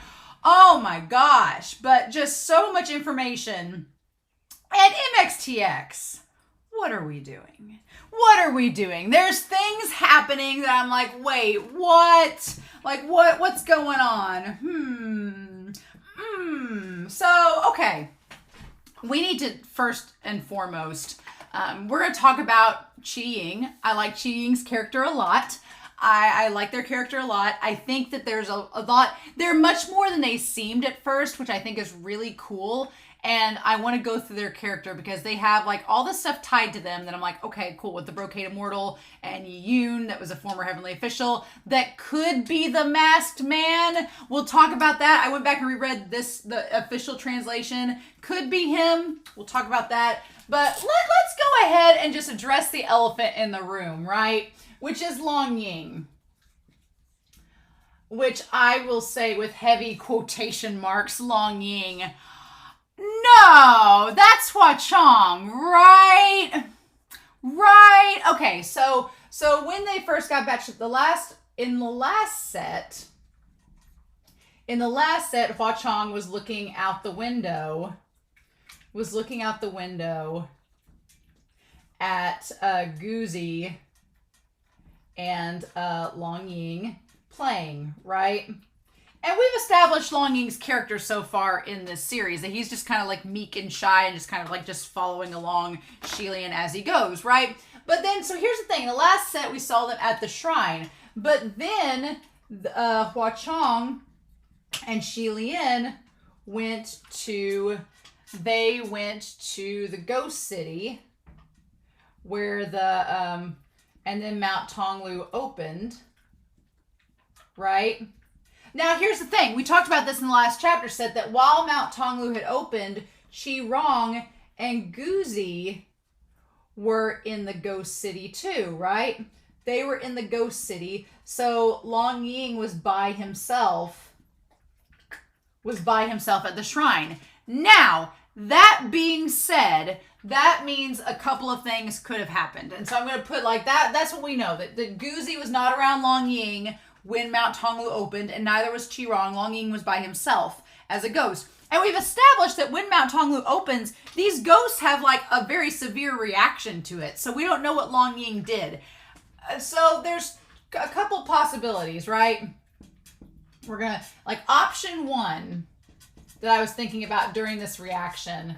Option one is that Hua Cheng has possessed Long Ying after their, what was it? We'll talk about here in a little bit.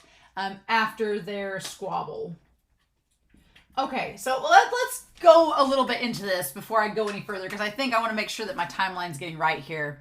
So I love that. Let's just put, we'll put Qi Ying up here, aka Chan Yizhen, aka we'll put him up here. The god, the martial deity of the West, who is very much a lone wolf and looks childish. They look childish. They're older than they look, but they look like a little kid, and they're a lone wolf. I like that Qi Ying doesn't even listen to Junwu. Junwu's like, where is he at? What's going on? And he just doesn't show up. But here's the interesting thing, is that Qi Ying doesn't come to the meetings. They can't connect with him. And some of the heavenly officials get kind of like envious of that. They're like, well, isn't that something that he doesn't have to come to the meetings? So that's rather interesting, because the cool thing is that Junwu doesn't get mad at Chan Yizhen for not showing up. He doesn't seem, he's just like, oh, it's fine. Which kind of, I can get why some of the heavenly officials would be a little perturbed by that, because they're like, oh, we have to show up, but he gets off scot-free. It seems like Qi Ying is another favorite of Junwu, maybe like Xie Lian. Maybe, I don't know. It's just interesting that he's just like, oh, well, Ling Wen can figure out where they are. I did want to make note that when Xie Lian talks to Ling Wen later, and they have the bags under their eyes, and they look pretty, like, run down and ragged, I feel like, just as we did in the last set of chapters, where Pei Ming was silently mourning the death of his bro, the Water Master, I feel like Ling Wen does the exact same thing. They're mourning the death of Shi Wudu, only Ling Wen, you know, people process and have grief in different ways, and I feel like Ling Wen's version of grief processing is to work harder. Because some people, like when they lose a loved one, they get buried in their work. They keep working harder to just not think about it, right? To distance themselves from the trauma. And so I feel like Ling Wen is definitely that type of person where to not focus on Shi Wudu's death, they just get busier and busier. So then they don't have to think about it, right? That at least is what it seemed like to me. Now, whether that's the case or not, we'll find out. But so anyway, so they talk about Hua Cheng and them going, like they talk about going back to the ghost city. And so the mortal realm was in the midst of autumn, and so was the Puchi shrine. And Xie Lian is coming back with 2 new sets of robes for Long Ying, like 2 sets of autumn robes to give him. And so Hua Cheng had returned to the ghost city, and Qi Ying had ran away with Guzi. So now there was only Long Ying left in the Puchi shrine.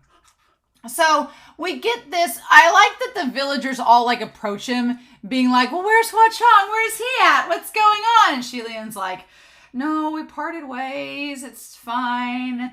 And so it's okay. Okay, here's where we get to the thing. After that night, Hua Cheng had hounded him for answers, wanting to know, like, what happened between the 2 of them. Now, here's my thing, and I said this in the last reaction. I think Hua Cheng is terrified that he took advantage of Xie Lian and did something Xie Lian would not have wanted. Because at this point, Hua Cheng doesn't think that Xie Lian romantically likes him.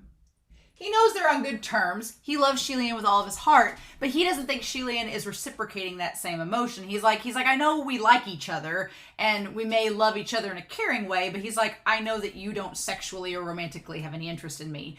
And Hua Cheng is like, I love you to the ends of the earth romantically, but I'm not going to force you to do something you don't want to do, which is very chivalrous of our Supreme Ghost King. And so Hua Cheng is terrified of the idea of forcing himself onto Xie Lian, who would not be comfortable with that. What he doesn't know in all this is that Xie Lian has slowly come to the realization that, yeah, he may romantically be interested. And the crazy thing about this is that neither of these 2 goons know that it's mutual. That's what's so frustrating right now, is that neither of them realize how mutual their attraction towards one another is. And so they're just trying to like skirt and dance around the obvious, right? That we, the audience, are like, oh, just admit it and talk it out. But they won't do that. So Hua Cheng is afraid that he's taken advantage of Xie Lian and that he's done something he shouldn't have and it's ruined everything. Xie Lian is afraid to admit that he does like Hua Cheng because he's afraid it'll ruin the bubble of their friendship. So they're just trying to skirt around it. And Xie Lian makes the excuse that, well, we need to figure out what's going on with Mount Tonglu. I've got to help Junwu. You've got to take care of the ghosts. So let's just distance ourselves for now. We'll distance ourselves for now and everything will be fine.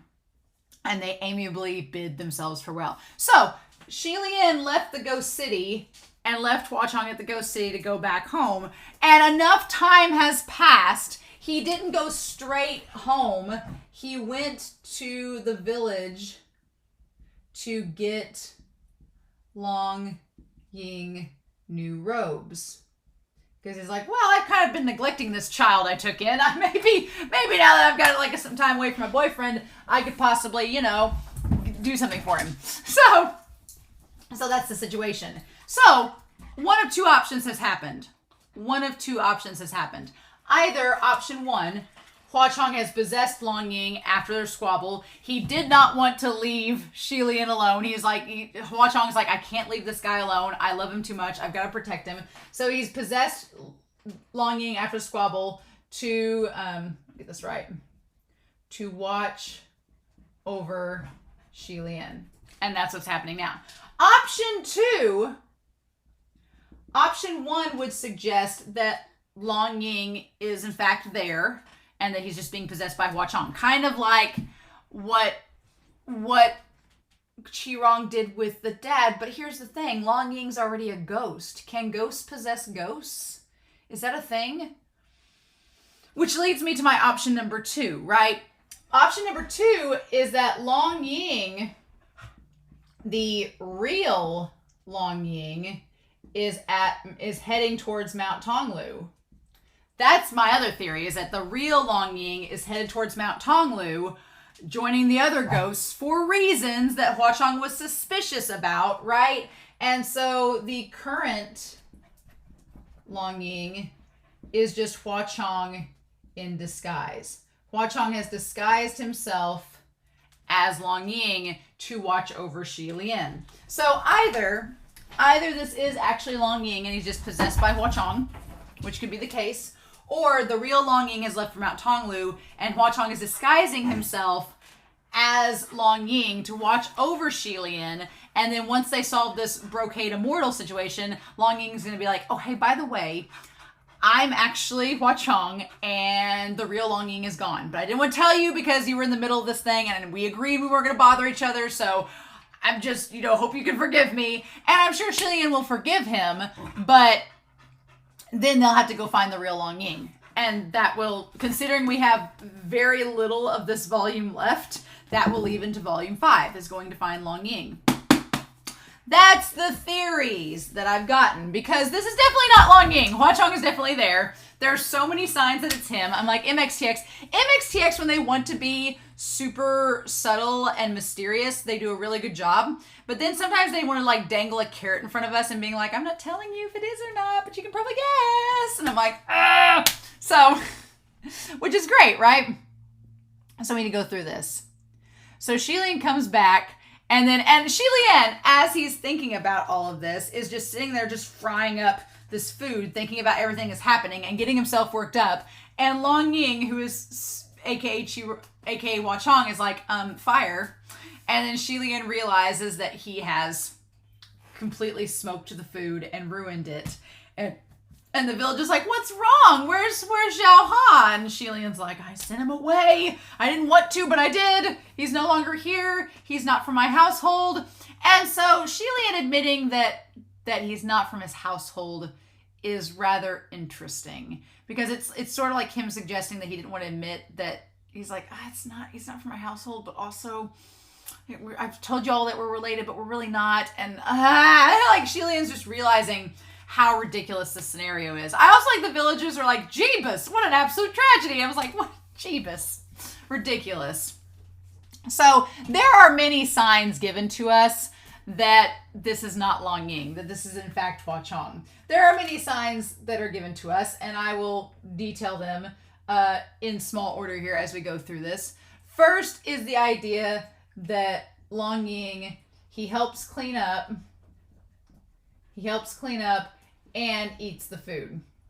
Eats the food without question, right? That was flag number 1. I was like, he just sits down and eats it like it's nothing. I like that Xie Lian goes from like love of all seasons stew to fried riot of colors. Like he's just so torn up about the fact, he sent Hua Cheng away because Xie Lian is our precious cinnamon bean. And he's like, I know I should have explained myself. He's like, but I can't. He's like, I couldn't do this right now. So he just, he feels bad about it. And Long Ying, because he's wrapped in bandages, his expression is hidden. And he's like, how hungry was this kid? And so then here's the thing too. There are 2 mats now in the shrine. He's like, Xie Lian had the one where him and Hua Cheng were sharing it, and then the other one is for Long Ying. And Xie Lian tosses and turns and can't sleep because he's thinking about Hua Cheng and how he just sent him away without explaining himself. And it's like, yes.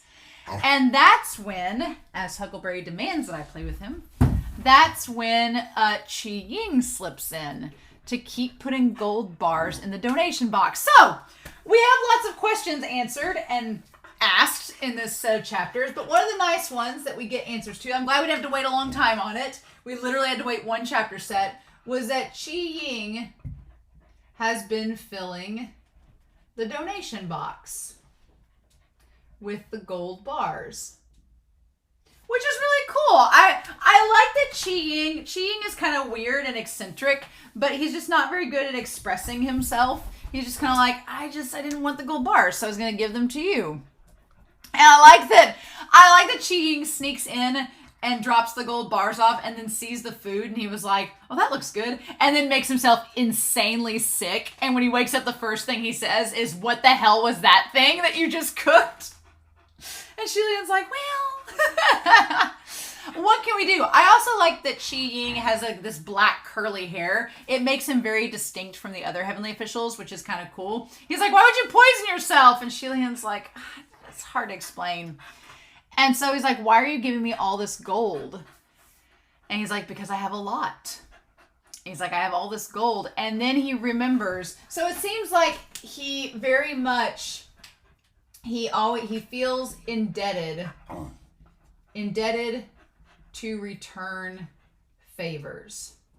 So Xie Lian helped him by stopping the play that he was very embarrassed about back in the day. The play about the clown and the jester, which we'll talk about here in a second. And he wanted to pay Xie Lian back. But he seems like the type of person that pays people back in spades. Like if you do one little nice gesture to him, he will pay you back tenfold. Which is kind of cool. I like that about Qi Ying's character. I like that he's just that type of person. But he doesn't flaunt it, or he's not like the Windmaster who was like dousing everyone with merits and making it a very public display.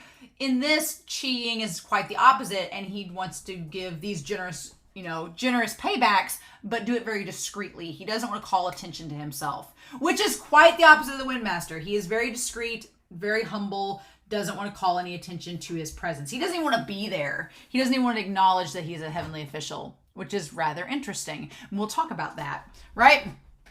So then Xie Lian's like, oh, we'll take the gold bars away. I don't want them. And Qi Ying's like, I don't really know. You need to keep them. And that's when Ling Yi, number 2, gets mad. He gets mad at Chan Yizhen and is like, he said, take those away. And Xie Lian's like, why is Long Ying being so like stoic and serious? Like he's never like this. I could very well see Hua Cheng being like, he told you to do something and you're not doing it. Which is funny, which will come back with the step litter later, right? That Hua Cheng is like, why aren't you doing what he asked you to do? Come on now. He told you to do this. So then we find out the reason why Qi Ying was assigned with Xie Lian. Thereafter, the whole thing called the Brocade Immortal. The whole thing that's called the Brocade Immortal, that is a device that is powerful and evil, and it can be passed to ghosts to use. And it's tied to this story, which is rather interesting. We're going to talk about it here in just a second. So they talk about how the Brocade Immortal is basically a robe that was given to a young man in an ancient kingdom. And honestly, is it weird to say that the young man from the ancient kingdom kind of reminded me of Lan Chanchu just a bit? Just a wee bit. Just a little bit, but much. It's interesting. He's not quite like Lan Chanchu. It said that there was a young man who was really dumb, but had a good heart and was really good with a sword. So he just like no intelligence at all. He was just like a soldier who could fight really well and was a kind-hearted person. And but the sad thing is that even though he was really victorious on the battlefield and like a really good swordsman, nobody wanted to like ask their daughters to marry him because they knew he was an idiot. And it's like, oh.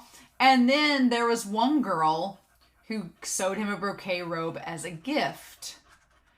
And it turns out that the girl that sewed the brocade, either she was evil and a ghost this whole time, or the people, like, the brocade was evil and they just used it, I want to go back to that part, actually, and see what it said about the brocade robe with them. That the Brocade Immortal was imprisoned behind an extremely powerful seal in a temple of divine might. It had maximum security and was always guarded by martial experts. So, someone who spotted the opportunity to steal it amidst the chaos. So basically when Mount Tonglu opened up, the Brocade Immortal, like the guards were so shook up by everything happening, they lowered their guard and it was more easily stolen, which is interesting.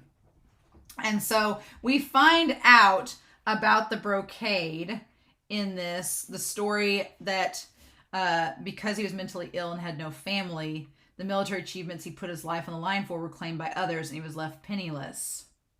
So yeah, they basically talk about how he's just this guy that does not have the mental capacity of an adult, but yet he grows up and he basically is used on the battlefield for his talents, which the official translation makes it seem a lot more sad than the novel translation, because I thought that he was just dumb, but the way they describe it in the official translation makes it seem like he had a mental illness and maybe an academic deficit, and that's a little bit sadder. That makes me feel a little bit worse about him. And then he had the potential to ascend. It should have only taken a few more years on the battlefield for him to do so it wouldn't have mattered if any girls liked him. But then he did fall in love with the girl and fell deeply. And so this bizarre cloth said it wouldn't be a problem if you had no arms. And then the girl keeps telling him. So the weird thing is was the girl evil that gave him the brocade? Or was she just saying these things and he did them anyway? We don't know. The Brocade Immortal was a nefarious creature wearing a robe, but it was the robe itself that was nefarious. So yeah. So I feel bad for the guy that was involved for the Brocade Immortal. That's really sad. And we'll set the book right there. It was really sad. And so, yeah, basically he kills himself. And then the robe becomes this evil device that's been used and passed down over the last several centuries until it was put into the temple to be kind of like held hostage and kept from people getting a hold of it, right? Okay, so chapter 129, I'm going to skip over that. Skip over that note that I was told to skip. So yeah, we established the Brocade Immortal is a really, really bizarre gift. It's a really bizarre device, shouldn't be used, but it was used once before it was put under lock. It was used one more time before it got locked up in the Martial Temple, and we're going to talk about that in this chapter. So Qi Ying is basically like, oh yeah, it's a sleeveless, heady, gunny sack, blood-soaked robe. To the point, very direct, to the point. We don't need to like mince words. Let's just get down to brass tacks. And ghosts and demons that get their hands on it transform into a merchant to try to sell the robe and cause harm with it. Okay. And so he tells Long Ying to stay there and they'll go check it out. And Long Ying's like, no. Long Ying's like, I am not leaving you all here at all. And then, of course, before they can go anywhere, Qi Ying has like a massive hangover from Xie Lian's cooking. So they have to leave him there and then let him like sleep it off, right? So meanwhile, they make Qi Ying try to like get him some porridge or something to like get over his hangover and get himself back up to speed. And as Xie Lian is placing the porridge in front of Long Ying and Qi Ying, who Long Ying is staring at very unfriendly, Xie Lian is thinking only of San Long and wishing he was there, and he subconsciously murmured San Long. And the two look at him and he's like, oh, don't mind me. So yeah, so Long Ying is, if Hua Cheng is living through Long Ying right now or posing as him, he is seeing that Xie Lian is kind of missing him, right? Is missing him, which is rather interesting. And so in any case here, they talk about the Brocade Immortal, that it was first sealed under the Great Martial Temple. And then that's when someone used the chaos to get a hold of it. And so Xie Lian goes outside and chops wood, which is the first time he's actually doing it for himself. Usually Hua Cheng does it. And it just makes him like, absence makes the heart grow fonder. Xie Lian is really starting to miss Hua Cheng. And then San Ling comes out, or Long Ying comes out. I say San Ling. Long Ying comes out to help. And Xie Lian's like, no, there's no need. Long Ying, you need to take a bath. So I like that Xie Lian keeps calling him San Long on accident, but maybe it's subconsciously his mind is realizing it is him, and we, the audience, just haven't been able to put two and two together yet. And so Long Ying doesn't seem to want to do that, which I'm wondering, like, would he, if he got in the water, would it reveal that he wasn't really Long Ying? Was maybe that the case? And that's why he didn't want to do it, but he was like, okay, fine, I'll do it. And so Xie Lian decides he's like, I sold some scraps in town, bought you these robes. Once you're done bathing, why don't you see if they fit you? And Long Ying was putting on the new robes and turned to leave without a word. And he's like, oh, don't go bathing is without question. Don't worry, I won't unwrap the bandages on your head. So it's like Xie Lian thinks that he's worried about getting the bandages wet, when really it's probably that it will reveal that it's not really him. So the third red flag is Long Ying's reaction is Long Ying's reaction to Xie Lian in the bath. I think it's a very good point at this point in the novel to draw attention to, which makes me also realize that MXTX is giving us subtle hints that, yeah, this is Hua Cheng. That at no point in time, in all of the times that Xie Lian and Hua Cheng have been together in the Puchi Shrine, at no given point has Hua Cheng ever bathed near or seen Xie Lian bathing. So when Xie Lian decides to, like, he has his pants on, but when he gets his upper chest and everything is bare for anyone to see, when he like gets in the bath and Long Ying comes in with the bundle of logs, sees him and is like, nope. It's just that was what cemented that, oh my God, this is Hua Cheng. He doesn't want to see Xie Lian like semi-nude getting in. That's like seeing your deity. Like, you've had dreams about this, right? But you're seeing him in the flesh and you're like, oh no, it's real. And then also not only seeing that, but seeing Xie Lian, like Ru Yi gets off him. He has everything except for the ring. He has the ring on that I'm convinced has Hua Cheng's ashes in it. He has the ring and I'm like, ah! So I loved that. I just loved Xie Lian getting in there. And I love that Long Ying comes back. Xie Lian's like, oh, don't get the door, don't go away. And he only comes back, he doesn't even look at the bathtub. He just like saunters in, doesn't look at the bathtub, grabs Qi Ying and like just drags him out so that he can't see Xie Lian without his clothes on. It's so good. It's so good. And he's like, well, I mean, he's like, it's no, just us guys, nothing to worry about. I don't know what the big fuss is about. But yeah. And so then Long Ying like flips Qi Ying over and like just tosses clothes on his head, right? And so meanwhile, Xie Lian is trying to research and get caught up on what the deal with the Immortal Brocade is. And he has like the ring, he grips the ring. And that's when he sees on the table the tiny little flower. Again, that's another note there, the tiny flower. Like, why, who would have time to go find a tiny little flower and place it on the altar other than maybe Long Ying? Why would Long Ying do that when that's clearly a gesture that Hua Cheng does? So then they find the ghost, right? And it turns out that this ghost does not have the Immortal Brocade, but they are just a random ghost. And Xie Lian kind of calls him out and catches him off guard. And it's called the 80-year-old hag called the half maquillage woman, which is a very creepy sight. Before we get to that though, I want to point out the picture from this chapter. Yeah, this chapter you see Xie Lian getting in the bath, and then you see Long Ying looking terrified, like, oh my God. I also find it interesting that there were not the cursed shackle around his neck in this scene with this artwork, but I'm sure the artist just forgot about it in that moment, or we can't see the cursed shackle around him, but that it's there. I am fully ready for this in the Donghua, for little Long Ying / Hua Cheng to be like, I can't see my deity like that.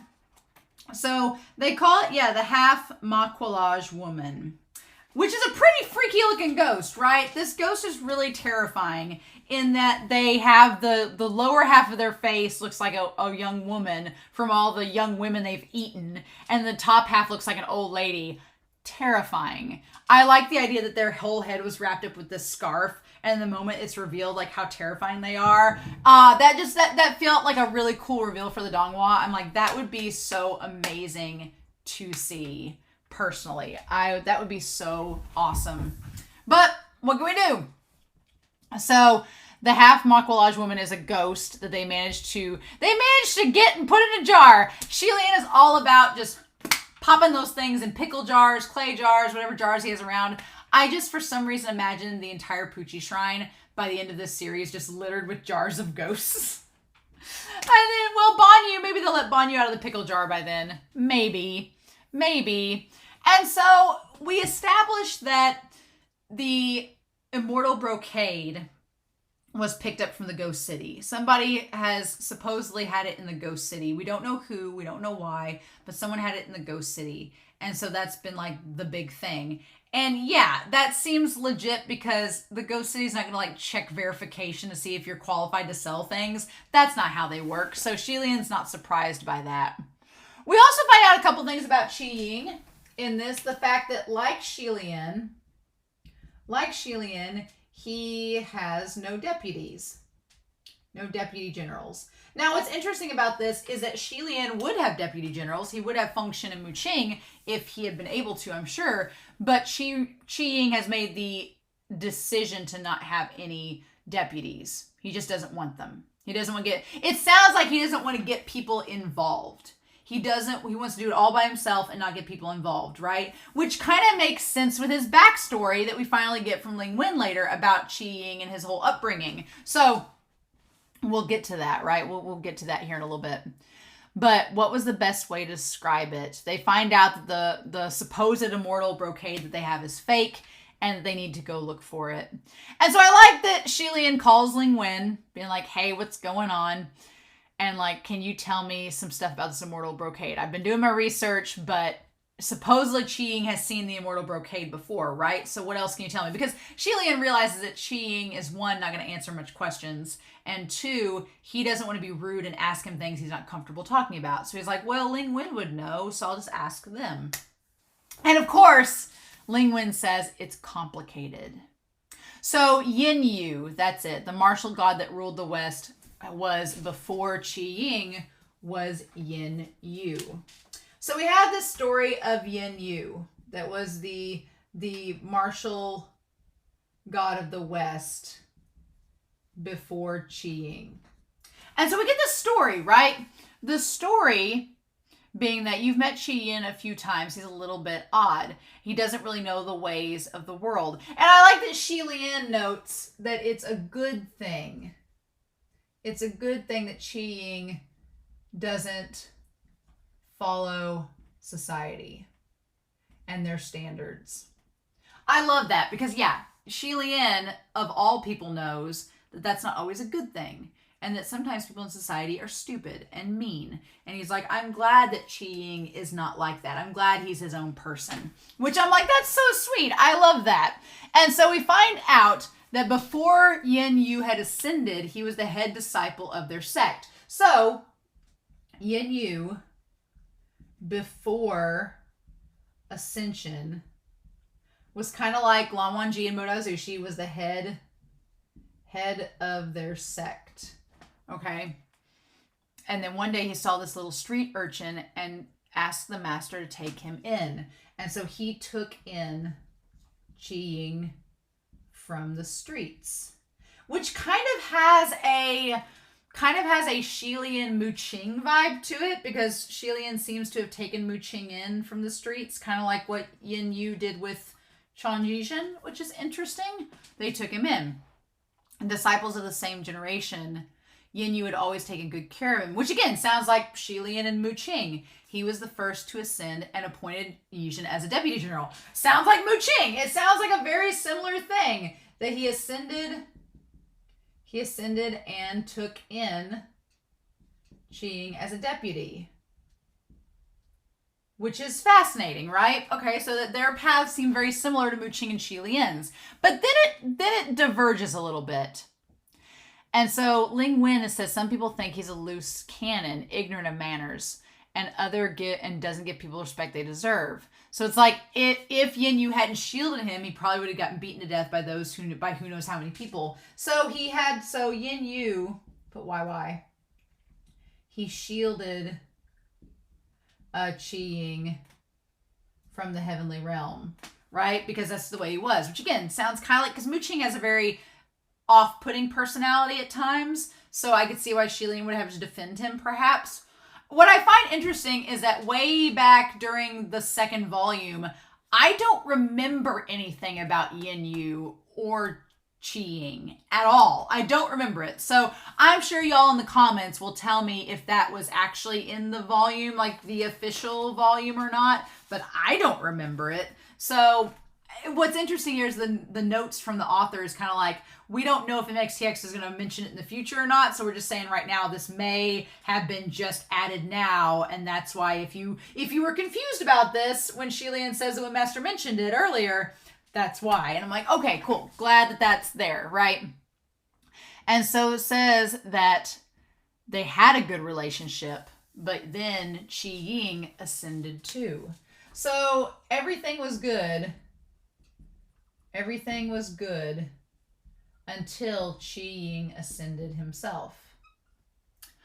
And so the thing of it is that they agreed to rule the West together. Well, that all sounds good in theory. Sounds good in theory, but personalities can clash. And here's what makes it interesting, is that the mountain could not support 2 tigers.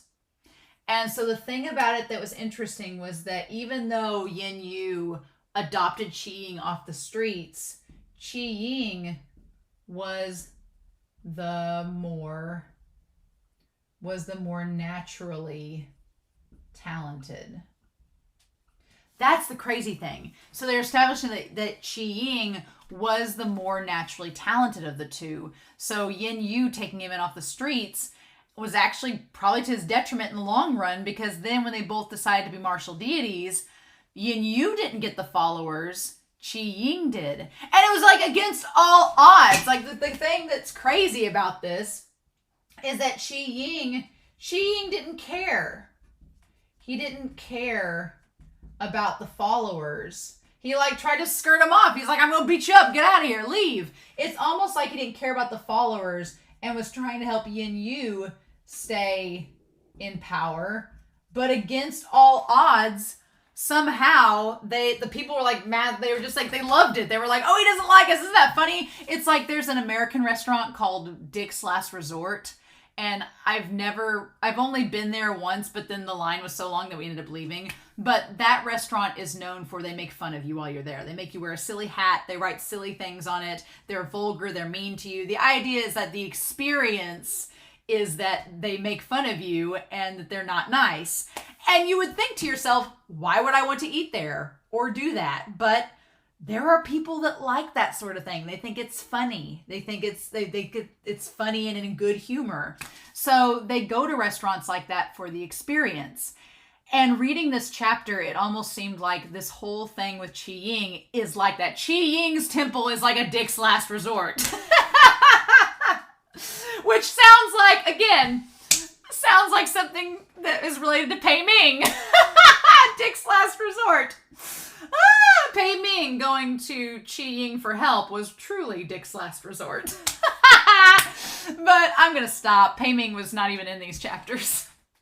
But the funny thing is that it's almost kind of like that situation. Like the followers of Qi Ying, it's almost like they enjoy it. They're like, oh, he's leading us away and making fun of us and threatening us. Isn't that fun? Because he never actually does anything. So it's just like the experience. Like we go to this temple because of the fun experience of being a follower of Qi Ying. And it's like, but the sad thing is that Yin Yu, who seems to have taken things very seriously, wasn't getting the followers anymore. And everyone was going to Qi Ying for the West instead of Yin Yu. And then they apparently like shared birthdays with one another, which is even more tragic. I like that on my birthday, we get a birthday discussion and they each got gifts for one another. I wonder what Qi Ying got Yin Yu as a present. I don't think they tell us that. But Yin Yu gifted him a set of armor. That was the Brocade Immortal. So the question, of course, is, was Yin Yu aware that it was the brocade? Did he really mean to gift it to him? And where did he get it from? Where did he get it? Did he take it from the temple to give? Did he steal it from the martial temple to give to Qi Ying? Was it even there yet? That's the question, is that Lin Wing kind of suggests that Ling Wen suggests that there was maybe an altercation, maybe a misunderstanding, and we don't know the full story, which probably means that's the case. And we'll find out later. But the Brocade Immortal, like if Yin Yu hadn't been stopped, if Junwu hadn't noticed that something was amiss, then Qi Ying would have likely cut off his own head and dribbled it like a ball. So Junwu ends up saving. Junwu saved Qi Ying. Which is probably why Qi Ying listens to Junwu and does what he says, because he's like, well, you saved my life. I guess, you know, we've seen that heavenly officials can come back from lots of things. Decapitation is not one of them. So probably a good thing his head wasn't cut off. The incident became a huge deal and uproar. And to do something like this to an heavenly colleague, an esteemed heavenly official, he was banished immediately. Which means they should have fallen out. But he remembers the play. And the clown that was jumping up and down behind Qi Ying was most likely Yin Yu. But Qi Ying didn't act in rage.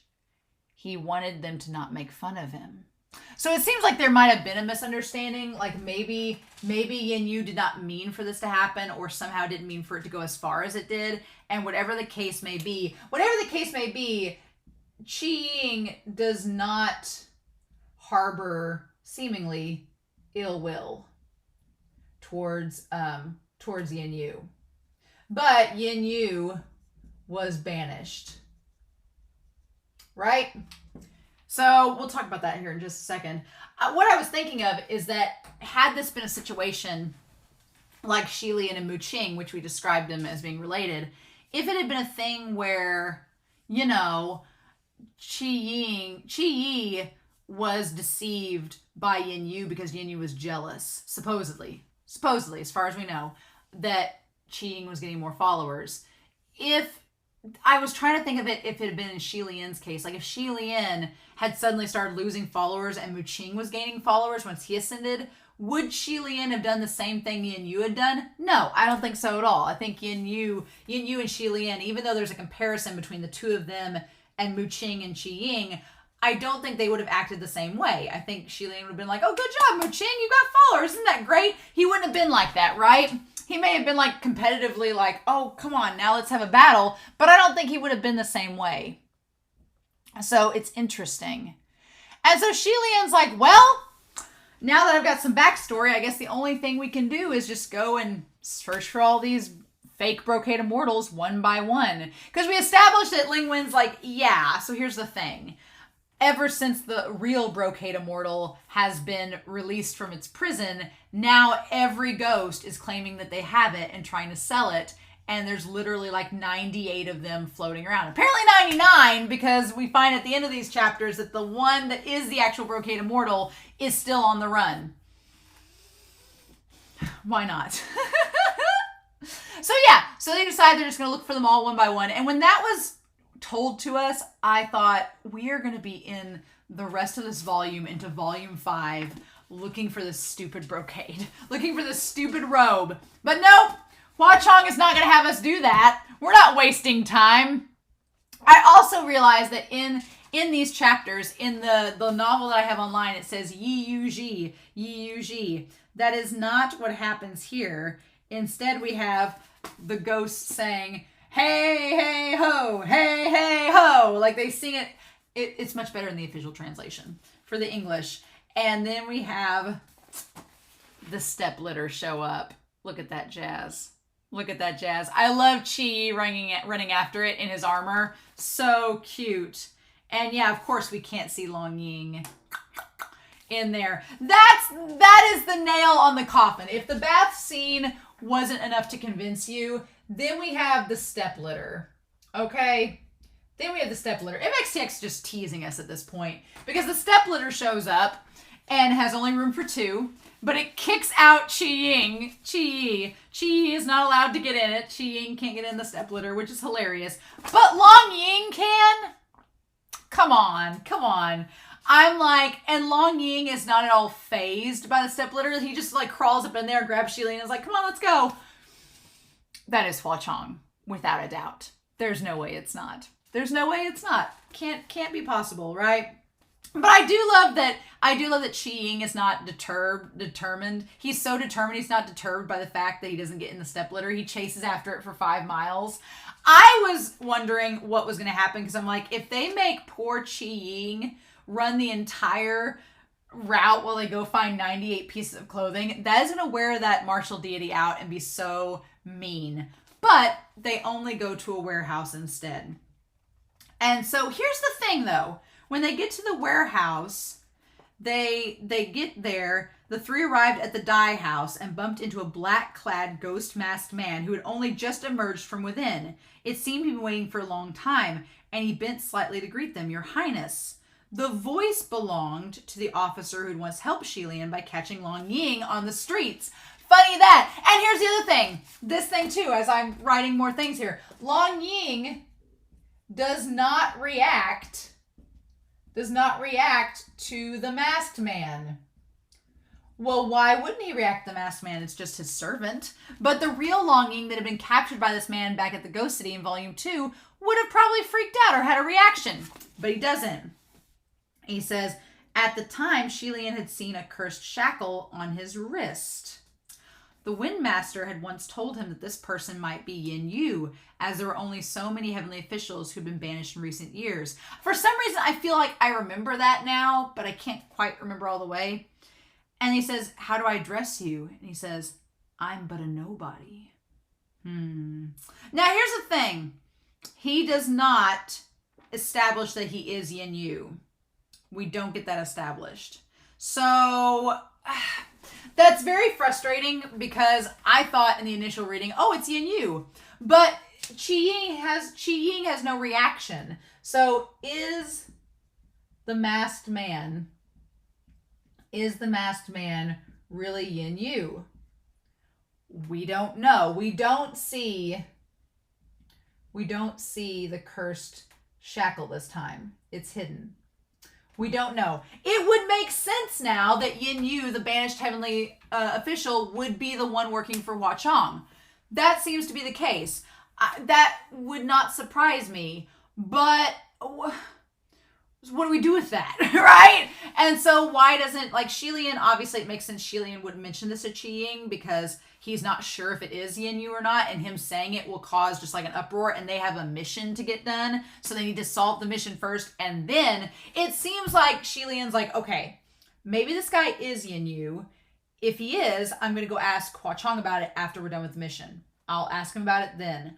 But we don't know for sure if it's him or not. But also, I'm like, if it was Yin Yu, he doesn't seem to have a reaction to Qi Ying being there. Why is that? And what's the deal with that? And would Qi Ying recognize Yin Yu even if he was banished? Do you think there'd be a connection there, like something tying them both together that they would notice one another? But they don't, right? Like even in the novel, Xie Lian seems to like get a San Long vibe kind of from when San Long is near. Kind of, but he doesn't acknowledge it. So that mystery is still interesting to me. Like, I'm wondering if this is actually Yin Yu, then it makes him seem a lot less malicious than what the story that we just heard makes him out to be. Because the story we just heard suggests that he tried to kill Qi Ying. But Ling Wen's like, well, maybe there's a misunderstanding. We don't know the full story. And then if that's him we just saw, and there's no like bloodlust or animosity between the two of them that is apparent, then what's the deal? What's the real story? And of course, MXTX isn't going to tell us yet. We're going to have to wait to find out, right? So then comes, there's so many things that are pointing that Long Ying is Hua Cheng. Then Xie Lian asks, like, how is Hua Cheng back there in the Ghost City?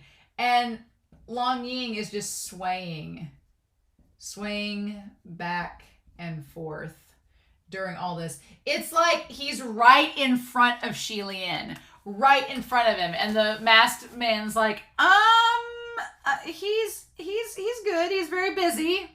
Like as Long Ying is, you know, as Hua Cheng swinging behind him, being like, lie to him. Don't tell him that I'm missing him. I just feel like Hua Cheng misses Xie Lian so much already that he's possessing this kid or is posing as him, and just to see him, like what the hell? What the hell? And he's like, oh, that's good. Hopefully everything goes well with him. I wish him success. So then, yeah, they try on all the clothes, or they try to use Qi Ying to figure out which one's the brocade. But I like the analogy they use of the taste test. They're like, if you're trying to distinguish one certain flavor, but it's mixed with a dozen, it's really hard to tell which flavor is which. And so they're like, even though Qi Ying can identify the brocade, when it's mixed with all these fakes that have a similar aura, it's very hard to determine which is the one to look for. And so they finally, the Xie Lian's like, please don't put on random things, and don't put on random clothes, and don't put random things in your mouth. Those are both very dangerous things to do. And so then Chan Yijin says, well, what about him? And Long Ying lit a match and found a corner. They found a corner and was setting the bottom hem of a robe ablaze. I thought that when Qi Ying said, well, what about him? We were going to turn around and see Long Ying like trying on all the clothes, right? Because if it is Hua Cheng, we found out that Hua Cheng kind of a fashion kink, maybe a cosplay kink. So Long Ying trying on the clothes later with Qi Ying is kind of in tune with Hua Cheng. But I personally think that Long Ying was trying to flush out the real brocade. Like it had the torch with the fire and was lighting fire to each and every one item, being like, well, let's figure out which one's going to react, which one is the real brocade, right? That's what I thought he was doing, and that was the reason behind it. And so I like Xie Lian's like, what's with you today? Like, just he notices San Ling is acting very odd, and it's like, yes, Long Ying, I say San Ling. See, I'm doing it again. I was like, he's basically Long Ying is not acting like himself. He's acting like Hua Cheng. And so then we have the whole struggle with the clothes on the rack, and all of the clothing that is possessed by evil spirits starts to have a reaction. And Xie Lian realizes that it's because there's another wave from Mount Tonglu that has aroused the ghosts. And the first thing Xie Lian thought was, how is San Long doing? Like that's all he wants to know is, how is my beloved ghost doing? I need to get a hold of him. I need to see him. And it's like, okay, all right. So meanwhile, they play rock, cloth, scissors, which instead of rock, paper, scissors. And so Chan Yijin, who apparently has an immense amount of strength and could like crush mountains with a single blow. Apparently, luckily, the fabric kind of holds him back and keeps him from doing that. That's really good to know. And so then what's interesting is that all of the children's clothes, so the children's clothes go to him, like try to like, because he's small, he's shorter, it looks kind of more like a child. So it makes things, the children's clothes that are possessed by evil spirits all try to get around Chan Yijin. But then the ones that are for women all go to Xie Lian.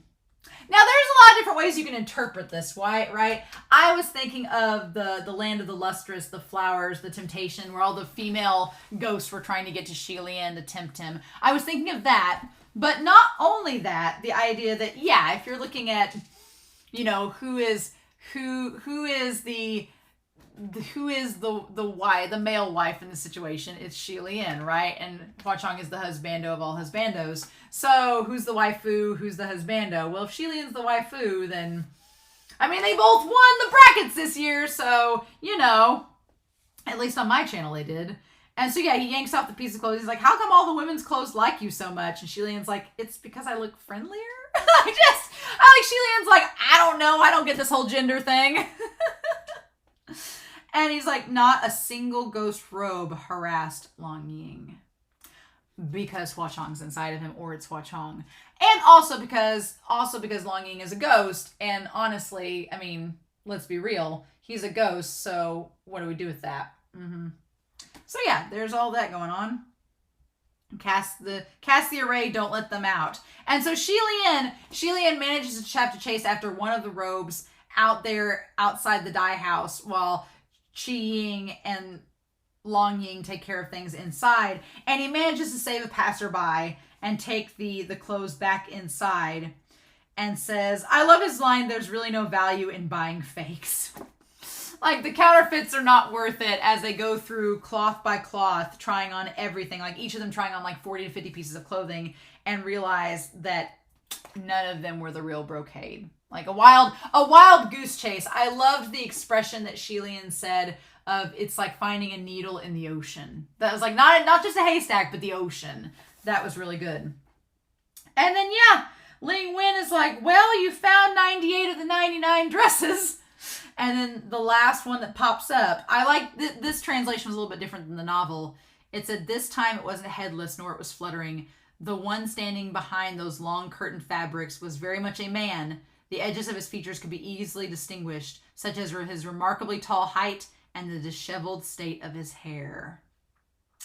So yeah, mainly being the guy that is with the brocade. So yeah, I like this set of chapters a lot. These were so great to read on my birthday, not only because we have Hua Cheng, Somehow inhabiting Long Ying. I'm hoping by the end of this volume that is explained. I'm hoping MXTX gives us some explanations by the end of this volume. That'd be great. But not only do we have that, but we get a lot of information about Qi Ying, their relationship with Yin Yu, that could be the masked heavenly official that was banished that is working for Hua Cheng now. Could they have supplied him with information? I feel like that could be very much the case, because Yin Yu would have been around probably around the time of maybe Xie Lian's second ascension, around that time. So maybe we'll find out more information about the second ascension from Yin Yu if we get to corner them. I don't know. But I really like Qi Ying's character. I like how blunt Qi Ying is, and his eccentricities. Usually when you think of eccentric characters in fiction, you think of people that are like flamboyant and over the top and like posh and things like, I'm so eccentric sort of thing. And that's not Qi Ying at all. Qi Ying's eccentricities is that they're kind of a hermit. They like working alone.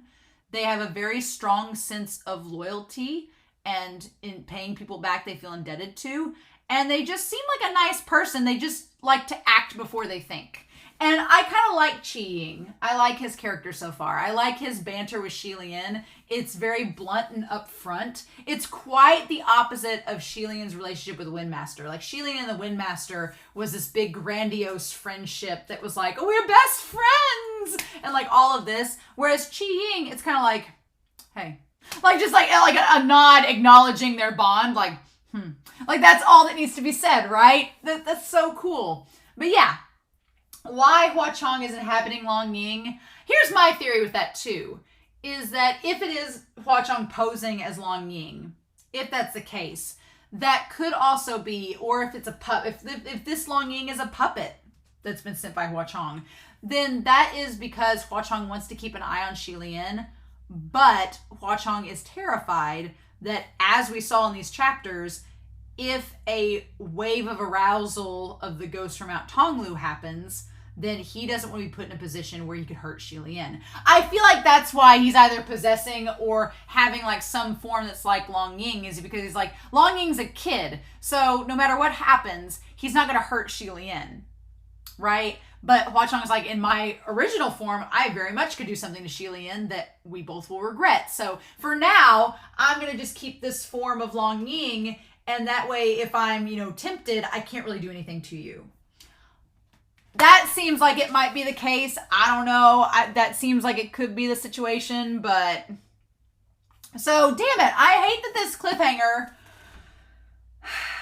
ended with us just getting to the actual brocade. Like, we spent all these chapters this week looking at the relationship between Qi Ying and Yin Yu, looking at Hua Cheng posing or inhabiting Long Ying, Xie Lian like being none the wiser, and then, which I'm like, Xie Lian, you could identify the Blackwater as being Yi, but you can't figure out that Hua Cheng is inhabiting Long Ying? Dude, right in front of you, right under your nose. But I did like what these chapters set up. I'm really excited. I want to know the more mystery about Yin Yu. I want to know more about that.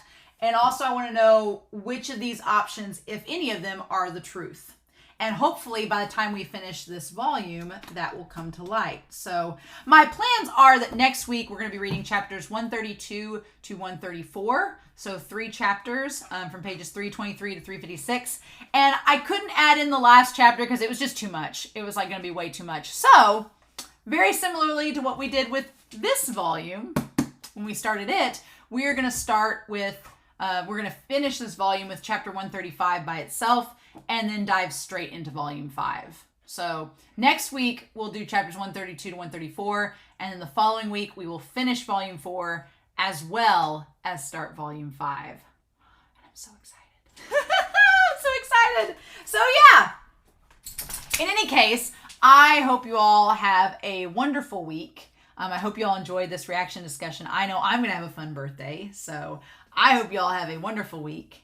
Please stay safe, take care, and yeah, I'm excited to get to these next 3 set of chapters and figure out what the heck's going on with this Immortal Brocade in Heaven Official's Blessing. Bye.